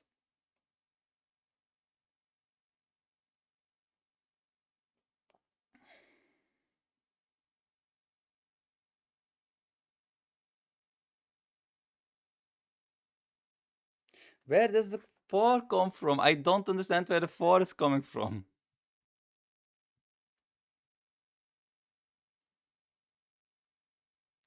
Oh, yeah, no. Oh, no. Oh.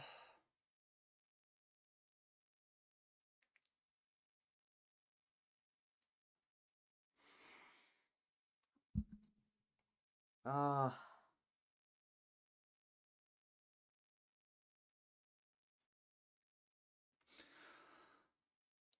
Oh, I got it. I see where the 4 is coming from. Ah. Well,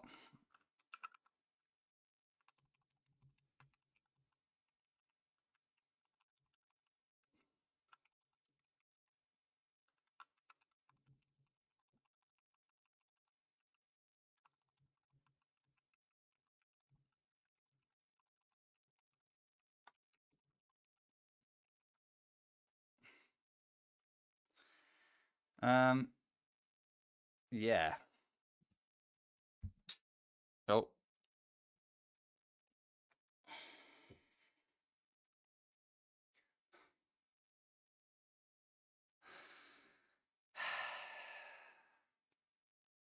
Uh, well done. Good luck. Took me ages. The four is because the four is because from top to bottom, it's empty space. And I was wondering about that. When I looked at the normal data, I could see that it was not always like perfectly aligned with each other. Uh,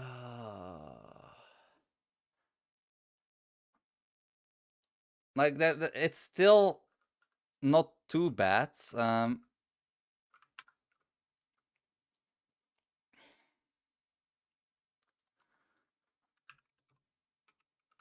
But oh, whoops. Let's create a new function. Calculates. It needs nums, which is an array with packed int. Okay, I feel like I can probably finish this within 30 minutes. Hopefully within 20. And then the symbols, which is a packed string array, and it returns an integer. I'll take the count from here.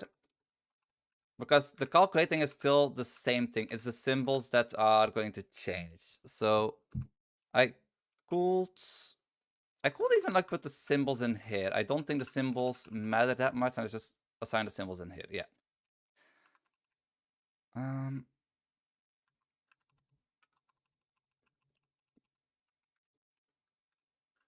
then I just return counts. Oh wait, why are there so many errors? Oh yeah. And now for here, I should probably do this. Calculates. Okay, no, I feel like I can probably finish this very quickly. So we pass our nums and we pass our we don't even need to pass the symbols. Oh,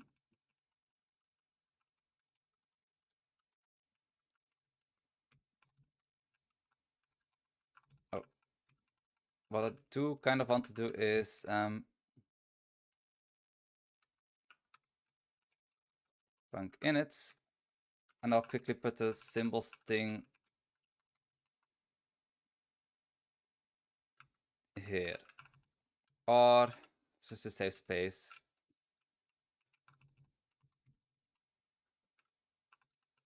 For symbols is a packed string array. Voila. Shadow not already existing variable. Voila. Okay. And now we just need to get the data in a better way, I guess. So I still need my nums array. That's something that I will need to make by myself now. For raw data, we already get the string data, but we need to know how long is each number. Huh.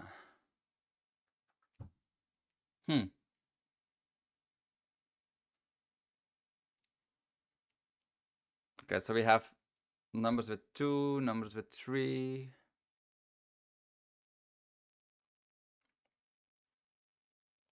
I guess I can take the symbol data for the length. I can look at the symbols. So symbol found. Okay. Lengths packed int array.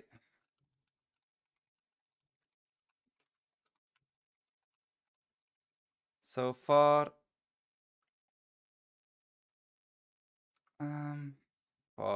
I int in um, data minus 1. Tag the symbols line to get number lengths. Okay. I'll quickly need to have something of a snack. I'll quickly go and I'll be right back.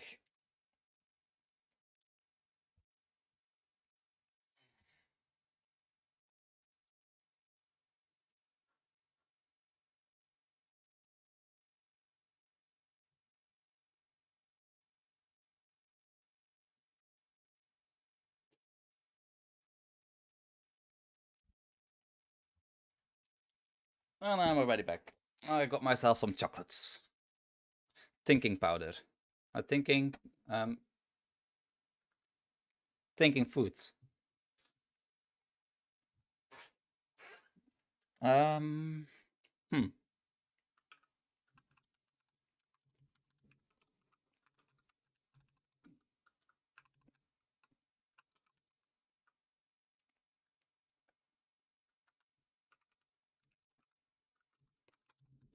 Let's first set it to the test data again. So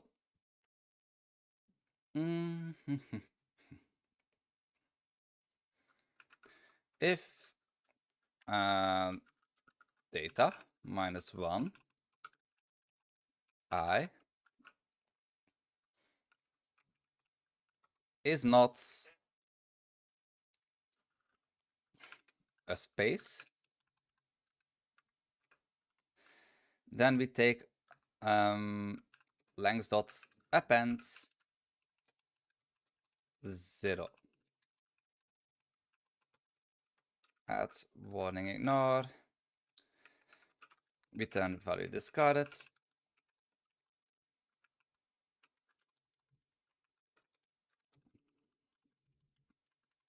Wait, what is this length? So return value discarded.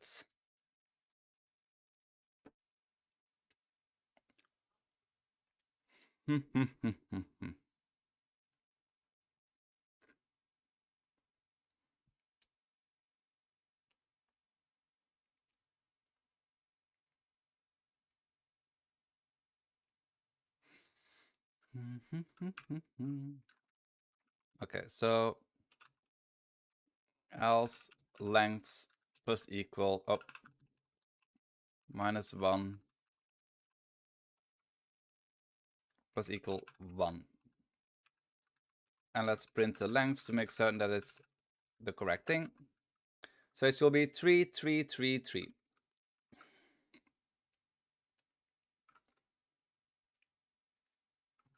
Okay, and the last one I need to manually add an extra one. Okay.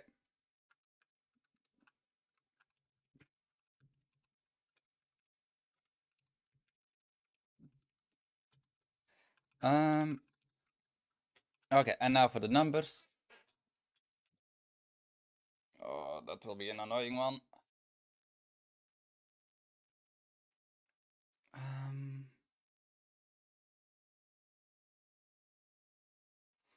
And it's from right to left.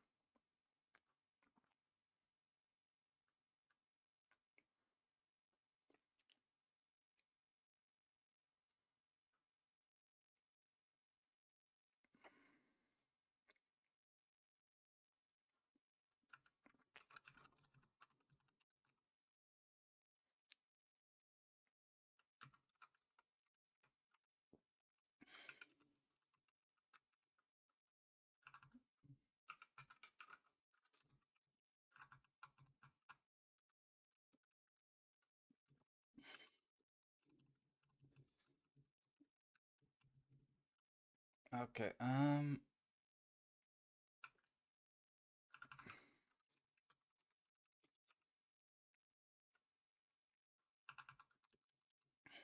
um,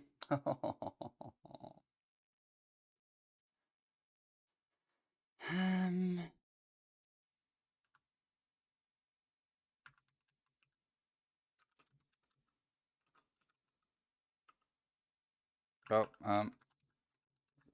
nums dot resize data dot size minus 1.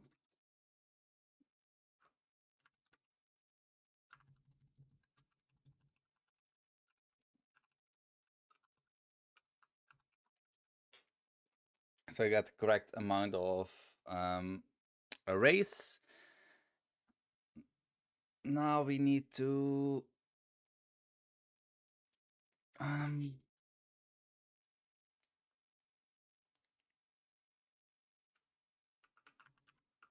temp dot resize, and we size it to nums dot size. Okay.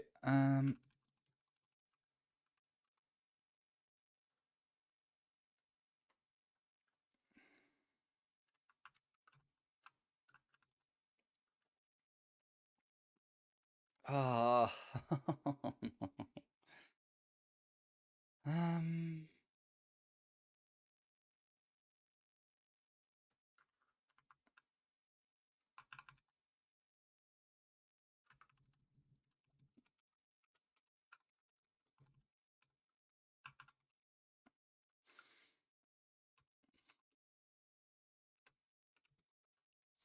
Put I int in.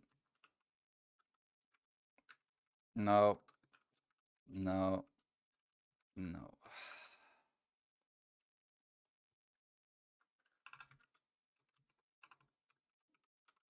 Var offset is an integer 0. So what I'm thinking of doing now is just to loop over each size, take each column, create numbers with them, and add to the offset each time.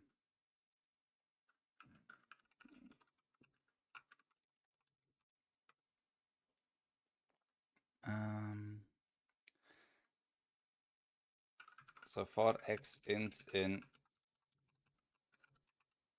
nums.size,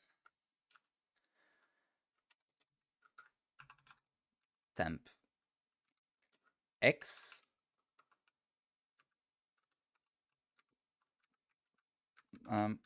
plus equals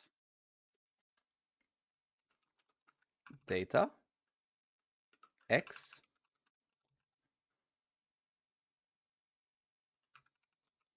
offset.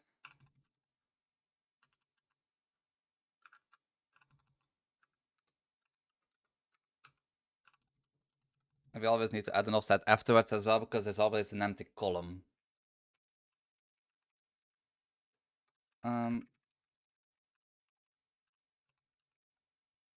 Print, let's just print temp to see how this is working so far. And this is another thing, it needs the return value discarded stuff. Okay, so that should, oh, out of bounds, get, oh wait, that I can already see that's not correct. We're missing the 1.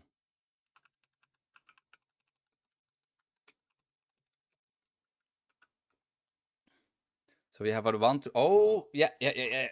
That does look correct. And if you put that into integers, so after that, for temp num var temp nums, which is a packed int array,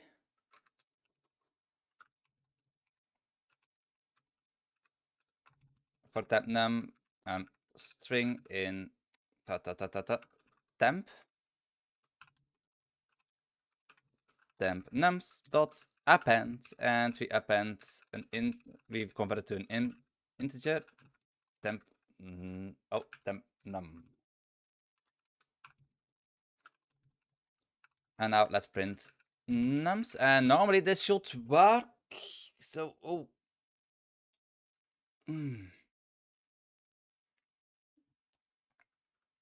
no, yeah, we still need to nums dot append temp nums, yay.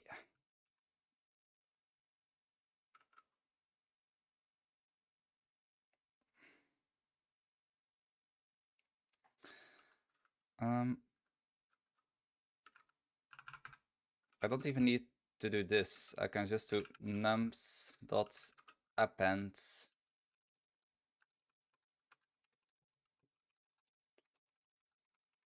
And then in here, nums minus 1 dot append, and yeah.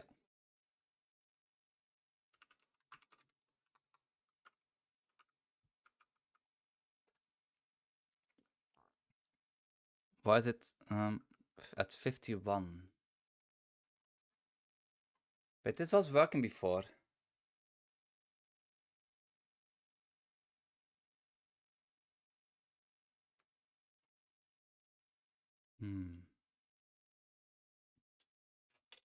Wait, why is it suddenly not working anymore? Out of bounds, get index 4 on base packed string array.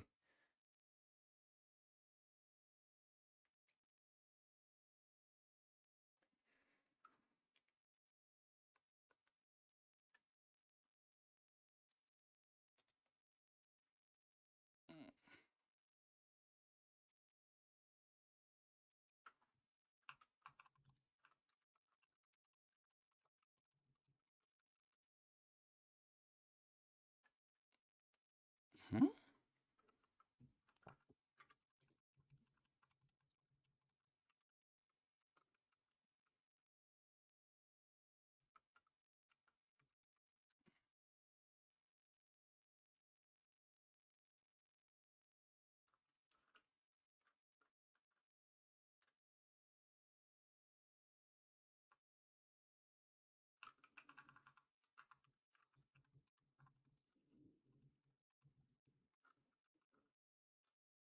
Wait, I do get the correct, but the moment that I add that, suddenly it does not work anymore. Why? Wait, what is... I'm not even changing anything to... Oh, wait a minute. Yes, yes, yes, yes, yes.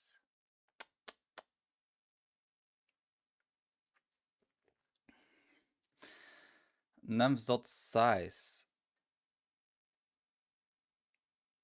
I do add to the nums. I'm not adding it in the correct one, I guess. Yeah, no. Okay.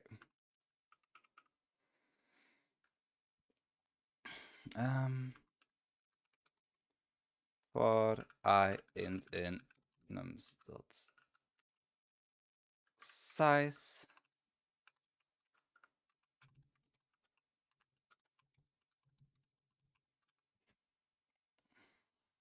Oh.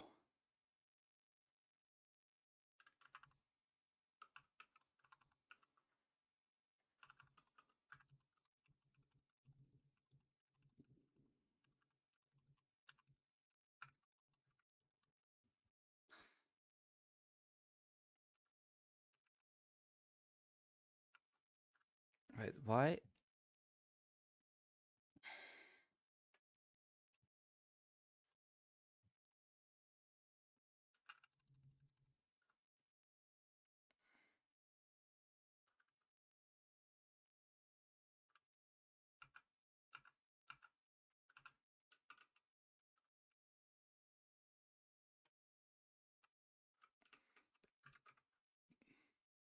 Oh, wait, no.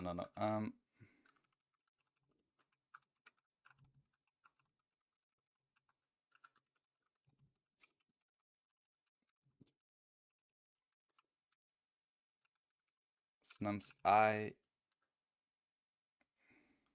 Yeah, okay.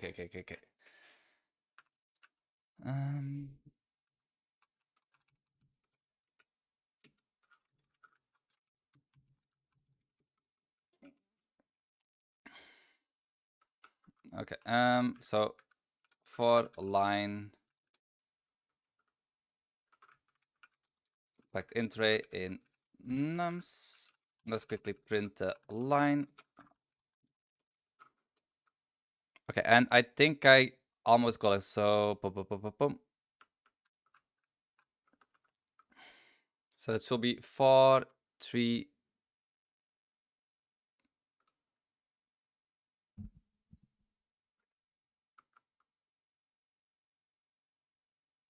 I don't see a 4 anywhere.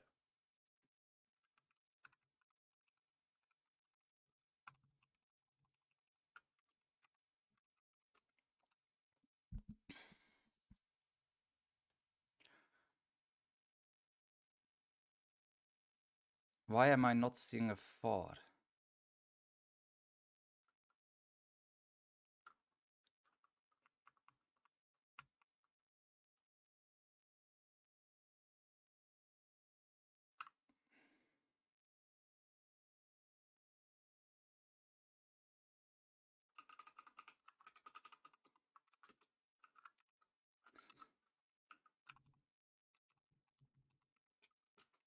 For numbers ints, it's data minus 1 dot splits. No, I can just take a symbols dot size.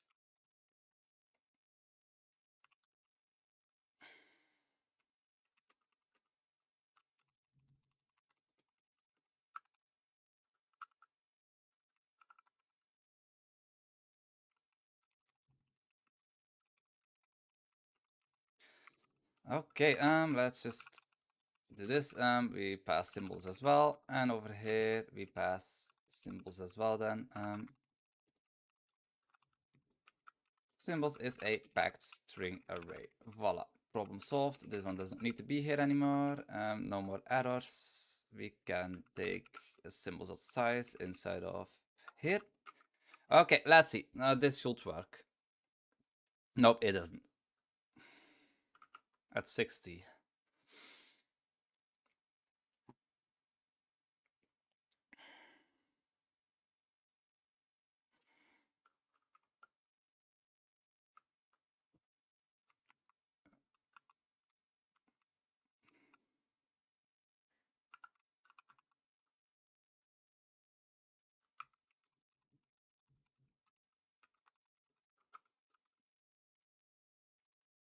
One, two, three. 1, 2, 3.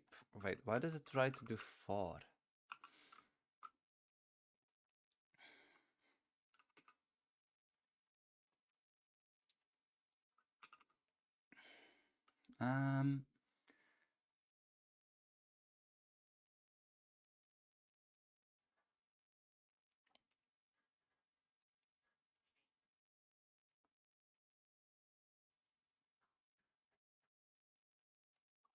Wait, what am I trying to do now?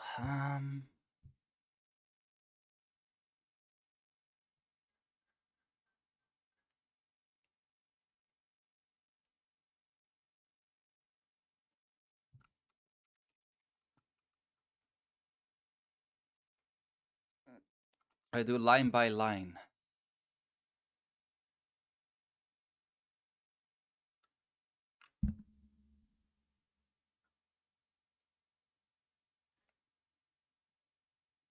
So I did that entire line, so I don't need to do this. I need to get the line of here.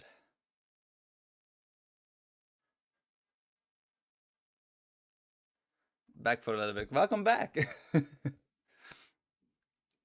How can I do this? So quick catch up.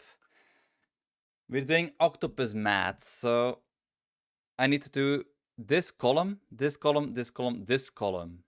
I've done that completely, so, well, basically I needed to do, well, this is time, so 123 times 45 times 6, and then this one, addition, again, yeah. But what I was doing wrong, according to part 2, I need to take them by column. So we have a column here, so 4, 431, 623, 175, 581, 132. I thought I got away to get the correct numbers, but apparently not.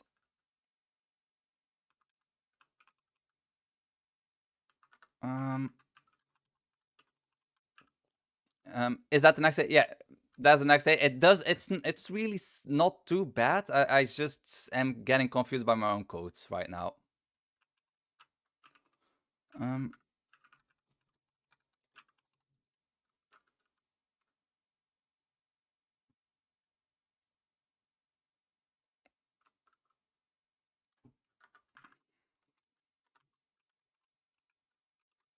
Okay, so I do get the wrong data.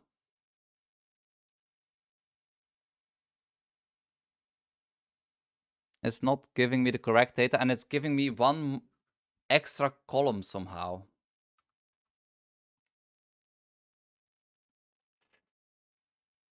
Hmm.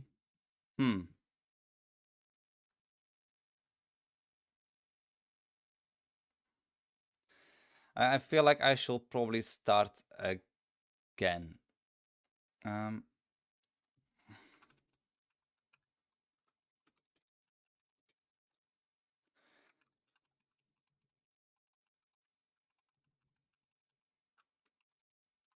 Let's create a new function.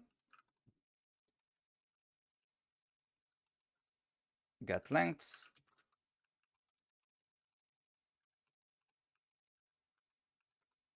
For a length, and that's a packed int array.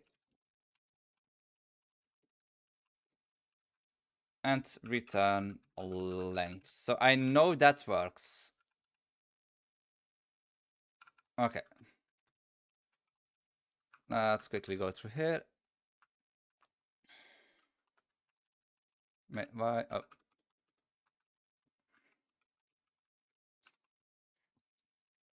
Then I'm resizing the num stuff already, so we have the correct amount of...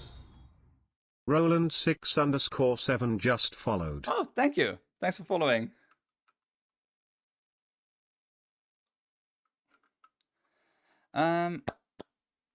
So nums resize data dot size -1 offset. I try to take in mind the offset. We should go line by line, I guess.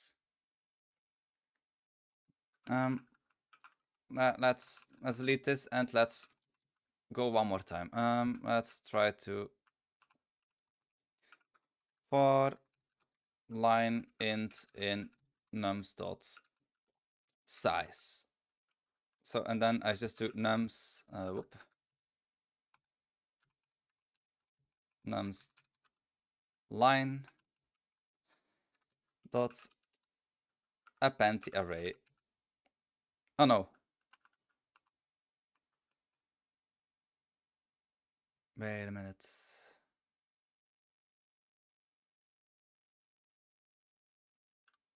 Oh yeah, no, yeah, we append. So we append int and then the value.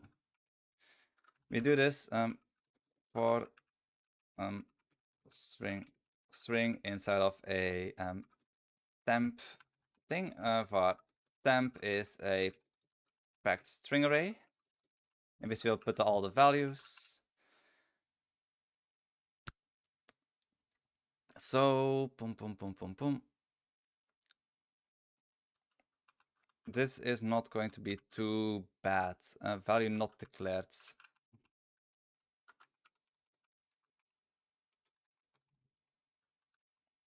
Return value discarded. I will probably start turning these errors off for return value discard because I don't need them for this at all. They just kind of get in the way. So now we just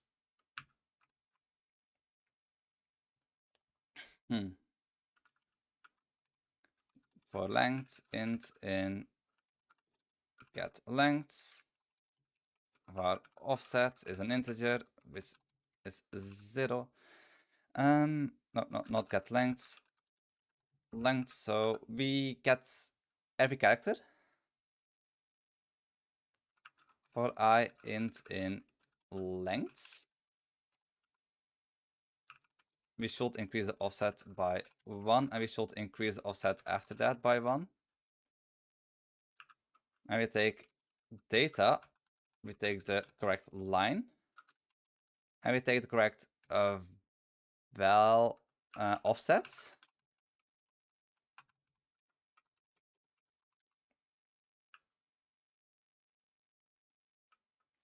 Var temp num, which is a string.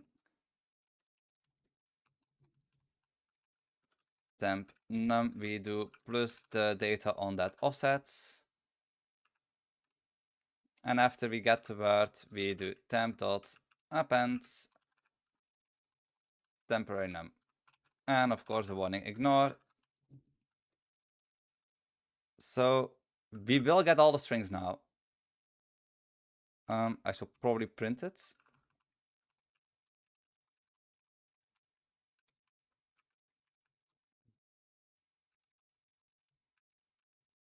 Num line entry in nums. Okay, I think I got it. No, we don't. Eh? Why? Why am I not getting the... Oh, wait, no. Oh, Soka. I forgot about the column thing. I forgot about having to take the data like this.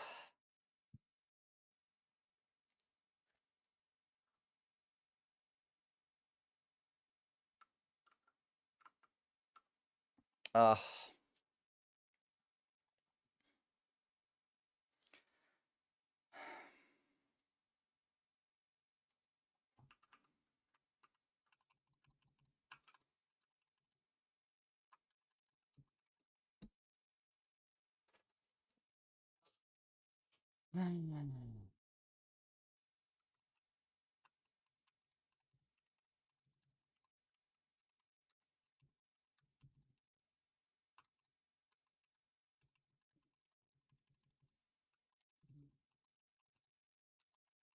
Day 6 kicked my butt. I had that with the previous days. This, like, I do still think this is the easier one. But, yeah. Wait, get lengths. Yeah,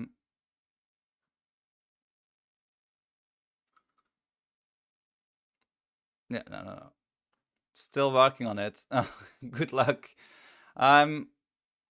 I think I have in my mind what I need to do, but I keep forgetting about like taking the columns. So I was doing the wrong thing again.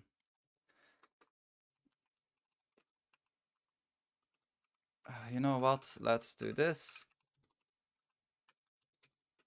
Warning, ignore start. Voila.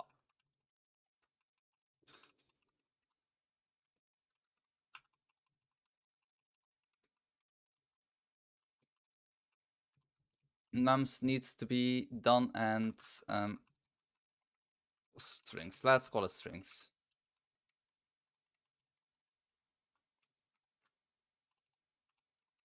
So for length in lengths.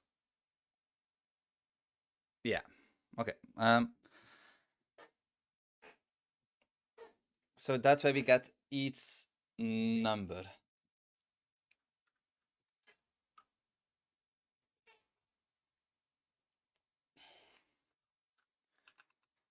So for I in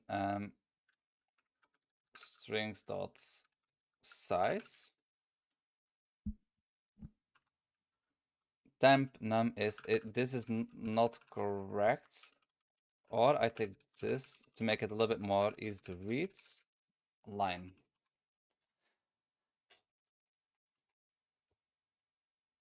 And then we have our first. Wait. That will just give us.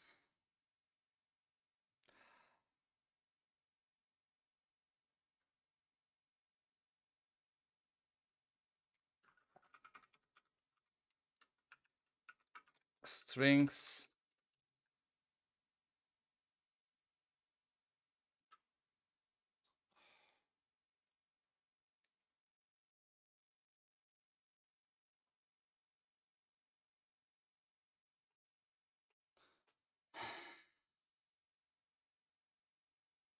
Oh, Me finished part 2 just now, hee. Good luck. Good. Congratulations. My head is not wrapping around all the for loops, so we go through each length. So we try to get each number, but like for each thing we have multiple numbers that we need.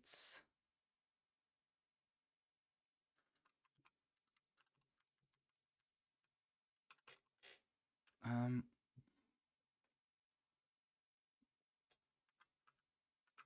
for num int in strings. No, we get each line. So we get each line, but then we also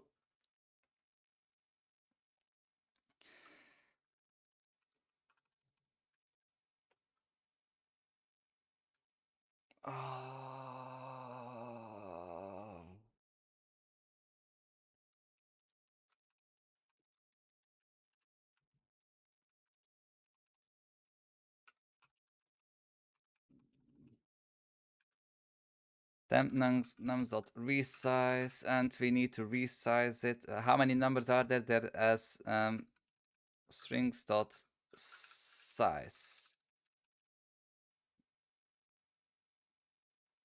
And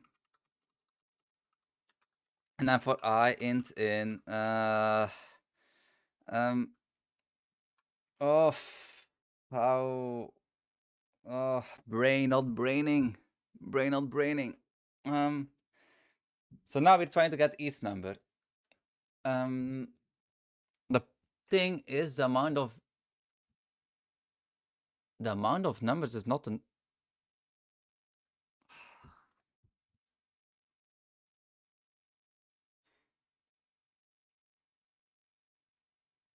I just realized this won't work.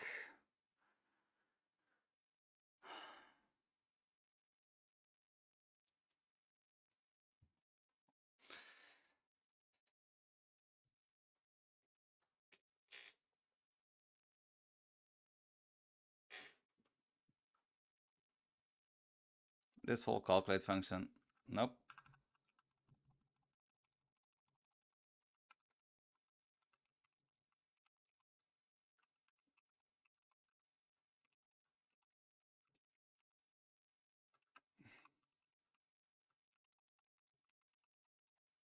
You could make the input a little easier to parse by transposing it first.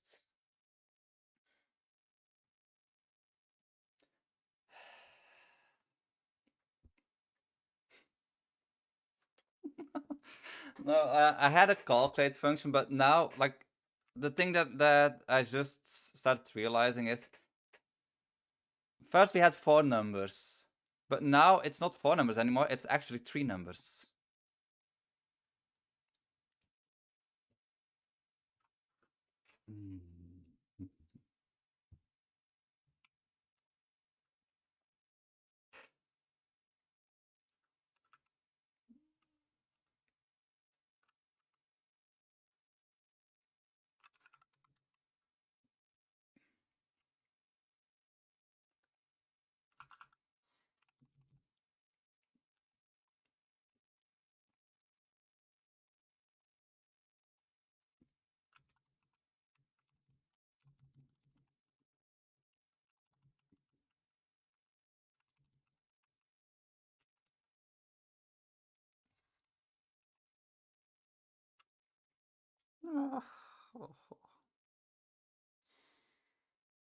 Hmm.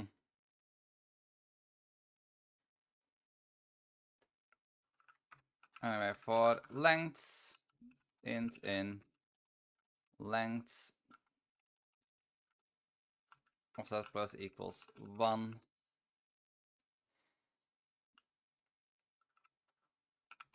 For I in length bar nums back string array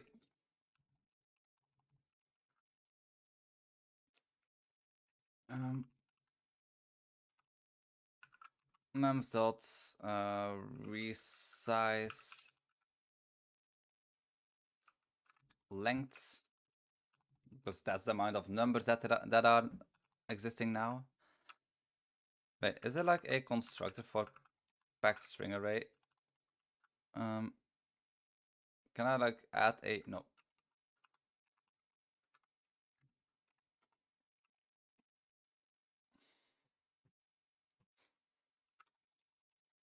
Offset plus equals 1. So nums I plus equals data I, and I get no. Well, I also need to get the Lanka. For line int in nums dot size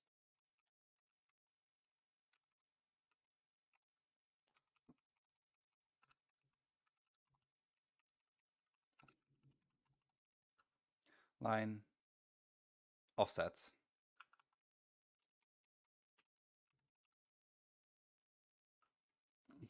and then for num string in num in nums. Well, let's first print it. Let's first print nums. Let's see if I can see the 4 up here or not. I can see a 4, but can I also see an 8? Why do I see a loose 8? Why do I'm Again, my data is not correct. I'm getting extra numbers. Oh wait, no, I'm getting the numbers that I need to calculate. So. Okay, so I just kept confusing myself apparently. Nothing new, but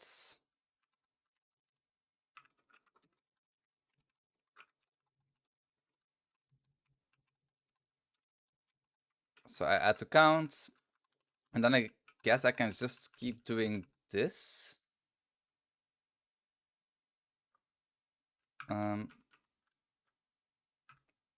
Well, for var addition.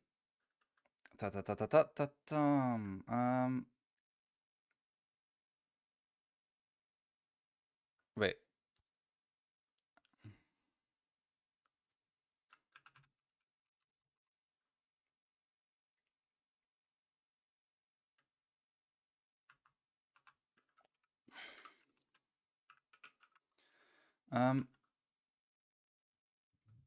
For calculation int 0.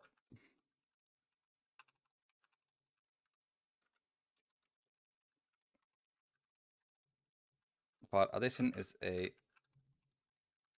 bool, and if symbols calculation,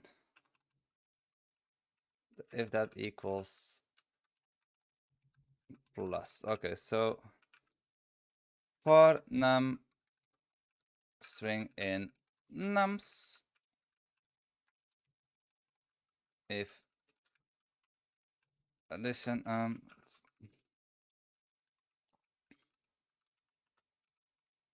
temp counts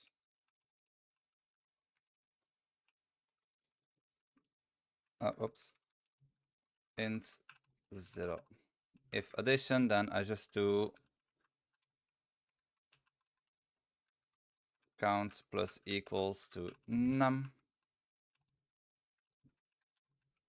So make into an int, else it's times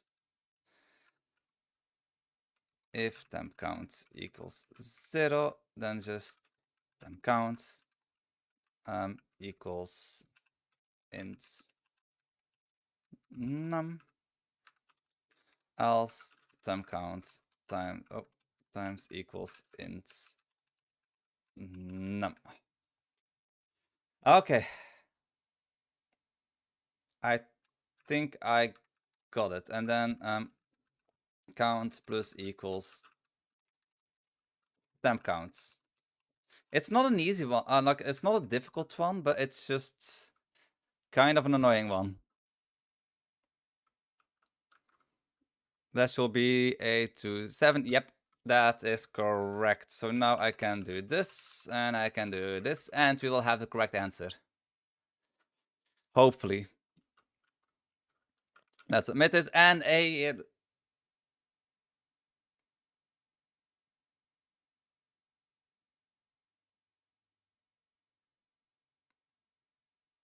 Um,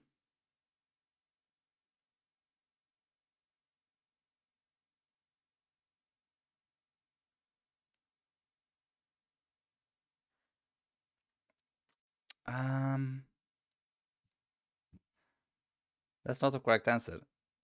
I thought I got this to work. Oh, what you're working on? Advent of Codes. It's kind of like a monthly coding challenge. It's kind of difficult. Why? What is going wrong here? So basically every day until like this year, it's from this 1st of December to the 12th of December, you get like a coding challenge. I'm not German. I'm from Belgium. So my native language is Dutch, but it's very... Today is definitely much more difficult. Parsing the data correctly is a pain. I thought I parsed the data correctly. I guess I can like quickly print it. But I think I'm doing it correctly.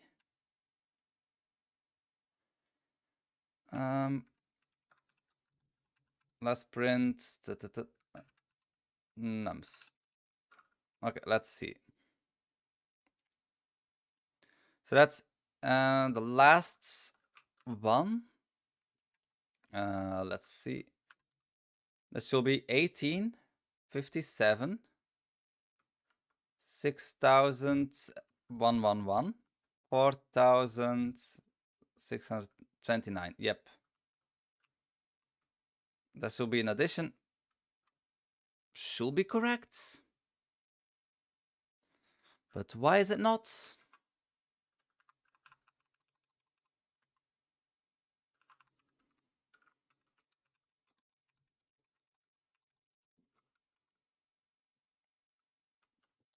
Okay, if I go here, we have 1818.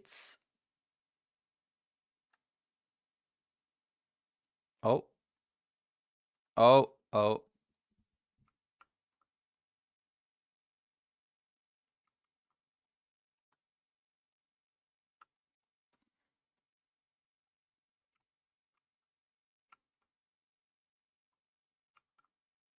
Oh wait, it did not print all the information, that's why. Okay, now. So 181. Oh, it 1818. It did not pick up the last 8s. 57. Wait, there's not even a 7 there. Oh no, 8 5. Oh wait. This is doing like something very odd here. We should always get 4 numbers, but for some reason it does not print 4 like we don't get 4 numbers. Wait, but why does it work with the test data again?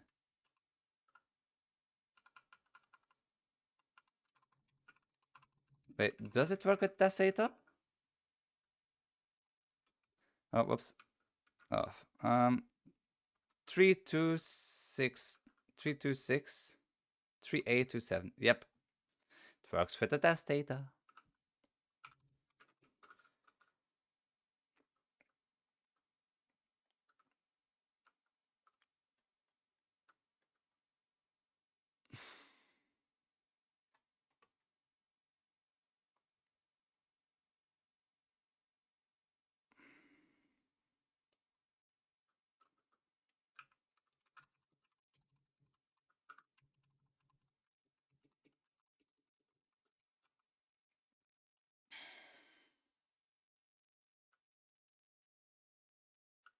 Yeah, it's making a lot of mistakes for some reason.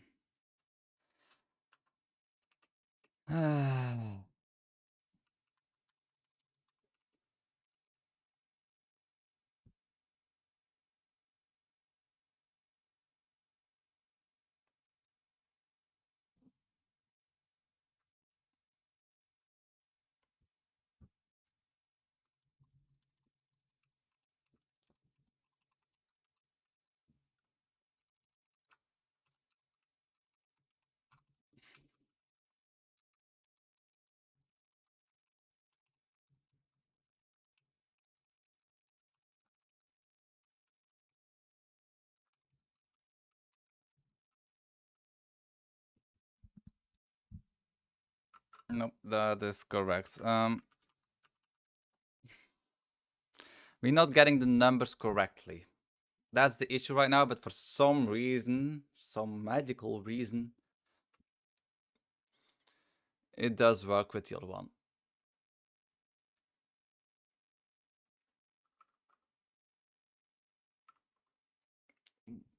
But why though? Why? Um,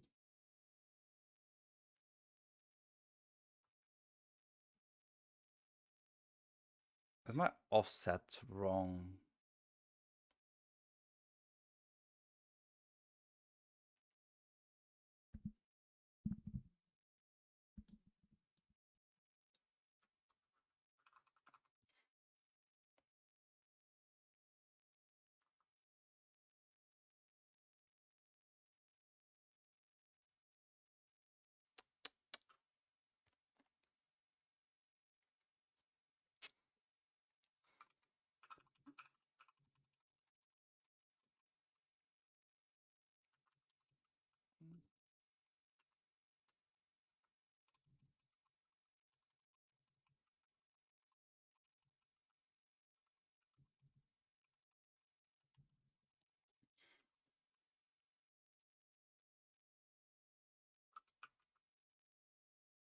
I should probably print numbers again.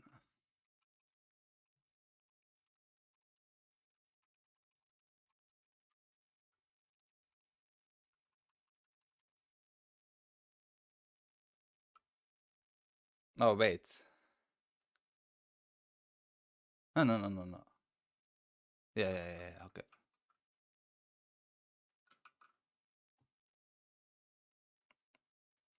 No, sometimes there are only two numbers.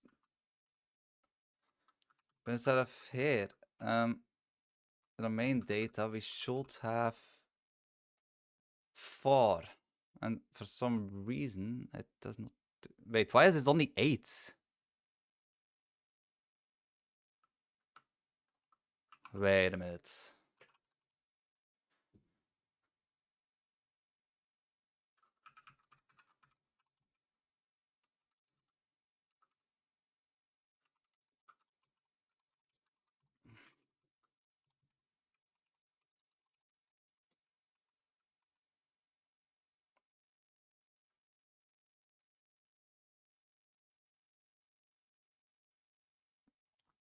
Hmm?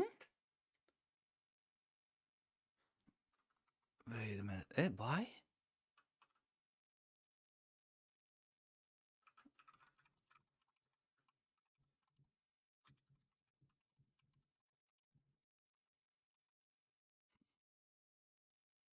Wait, why would that only count for 1?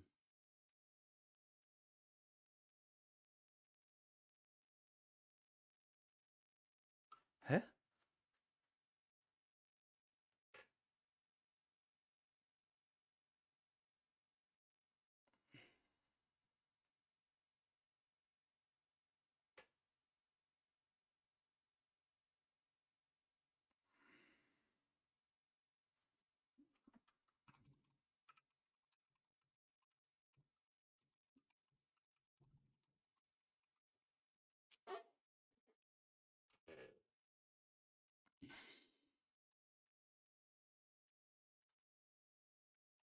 No, wait. Um,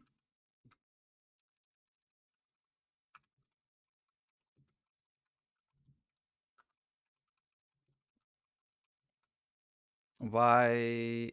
Why is this not lengths? 3, 3, 3, 3, 1.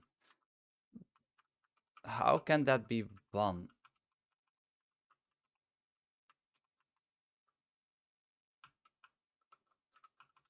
Oh.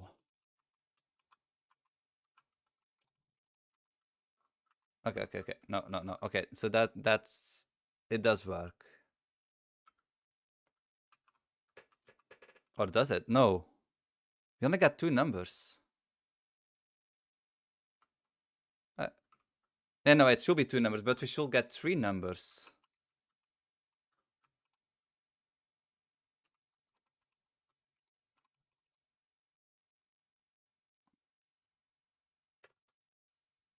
Um.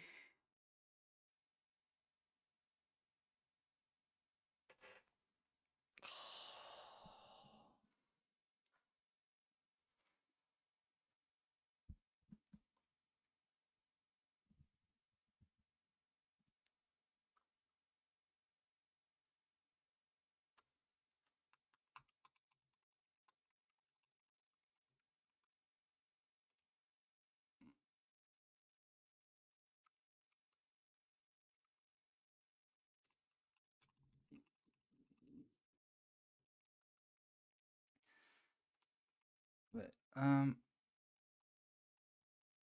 also got 4, 2, 7, 7, 5, 5, 6. Oh wait, what? Eh?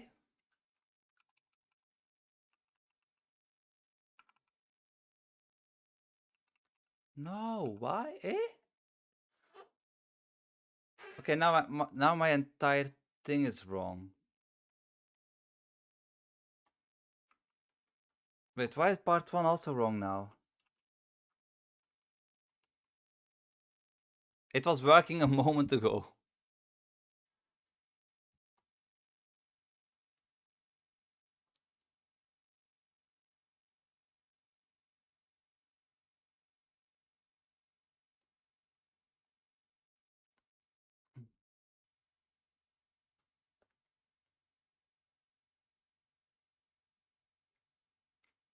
Uh,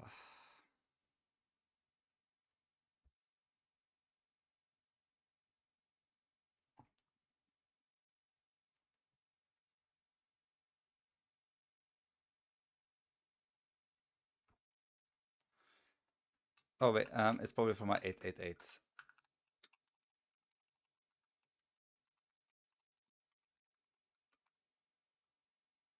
Okay, so no, that works. 3, 2, 6, 3, 8, 7. This is bigger now.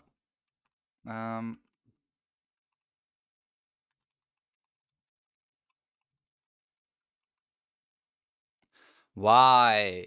Why?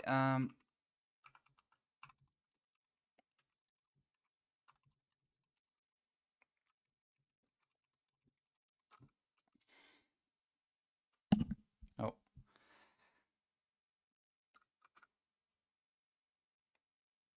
3, 2, 6, 3, 8, 2, 7. 3, 2, 6, 3, 8, 2, 7. So why does it not work when I take the full data?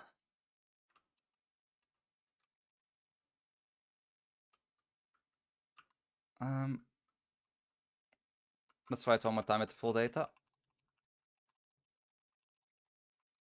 It should work. Oh. Did I solve it without realizing? Nope. Your answer is too low.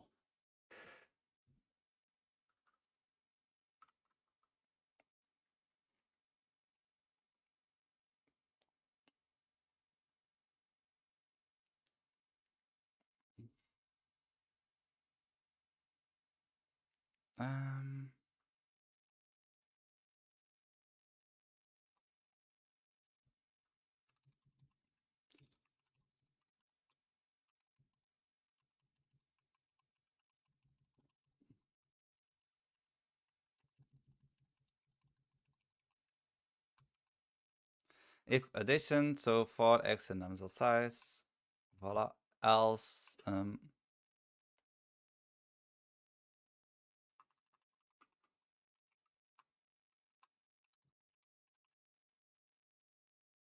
int nums x.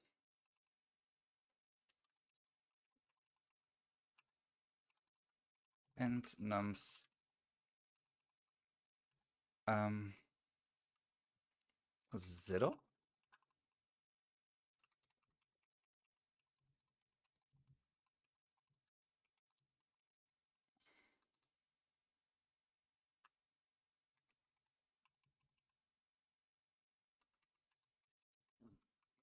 Let's see, was there something wrong with my calculation? Oh, I do get a different number, so it's possible that I just messed up that stuff. No. Make sure you're using the full input data. There are also some general tips on the about page. Nope.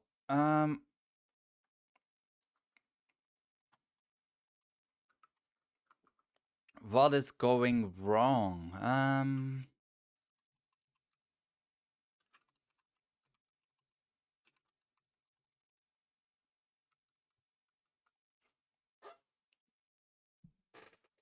Let's take the data. So we should have 4, 4, 3, 2. 4, 4. Oh, it's not printing everything again. 4, 4, 3, 2. 2, 3, 3, 4. 2, 3, 3, 4. Yep. Oh. Wait a minute.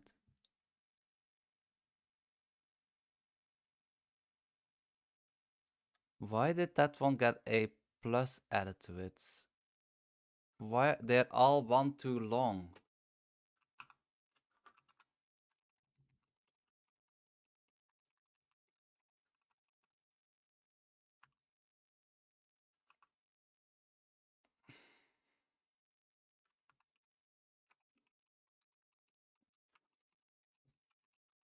Nums backed int array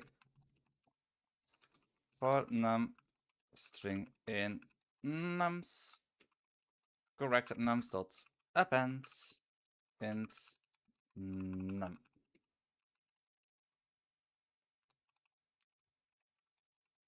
Print corrected nums. And also I can just do this one and put this one. Oh, no. Put this one here. No.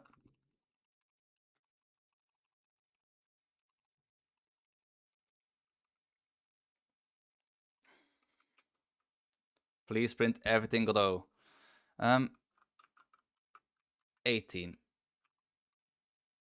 18, 57, 6,111. Yep. 68. Oh.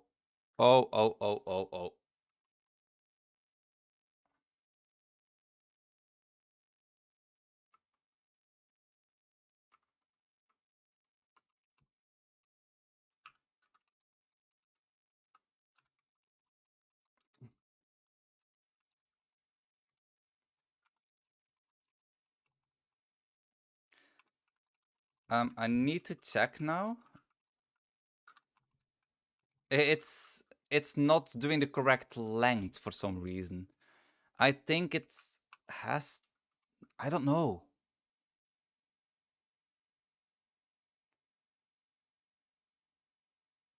No, it never does. No, wait, no.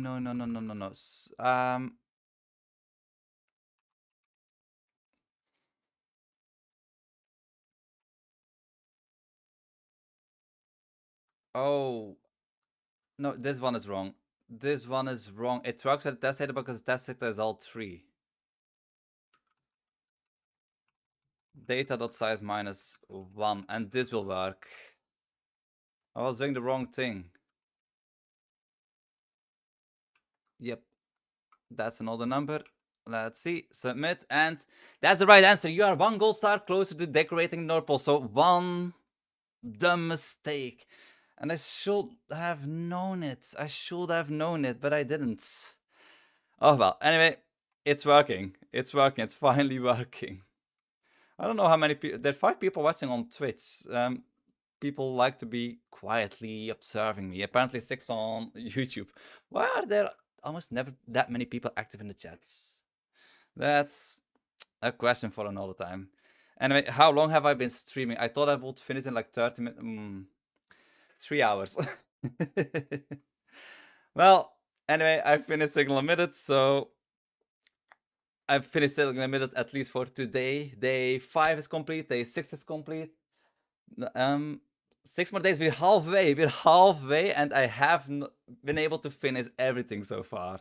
Except for, well, I had to do day 5 today because yesterday was too busy, but anyway. Now it's time for me to work on Signal Unlimited, my weekly Godot news series, episodes. So yeah, I still want to finish that by today. So I still need to cook as well. There's still some cleaning up to do. My day is not over yet. Anyway, thanks for watching, and a quick shout out to all my coffee supporters. Thank you very much for supporting me. And I'll see you all tomorrow. Tomorrow, I'll probably be going live around the same time as today, but my kids will be at home. So it will be more noisy than today. Anyway, thanks for watching, and I'll see you all later. Bye bye.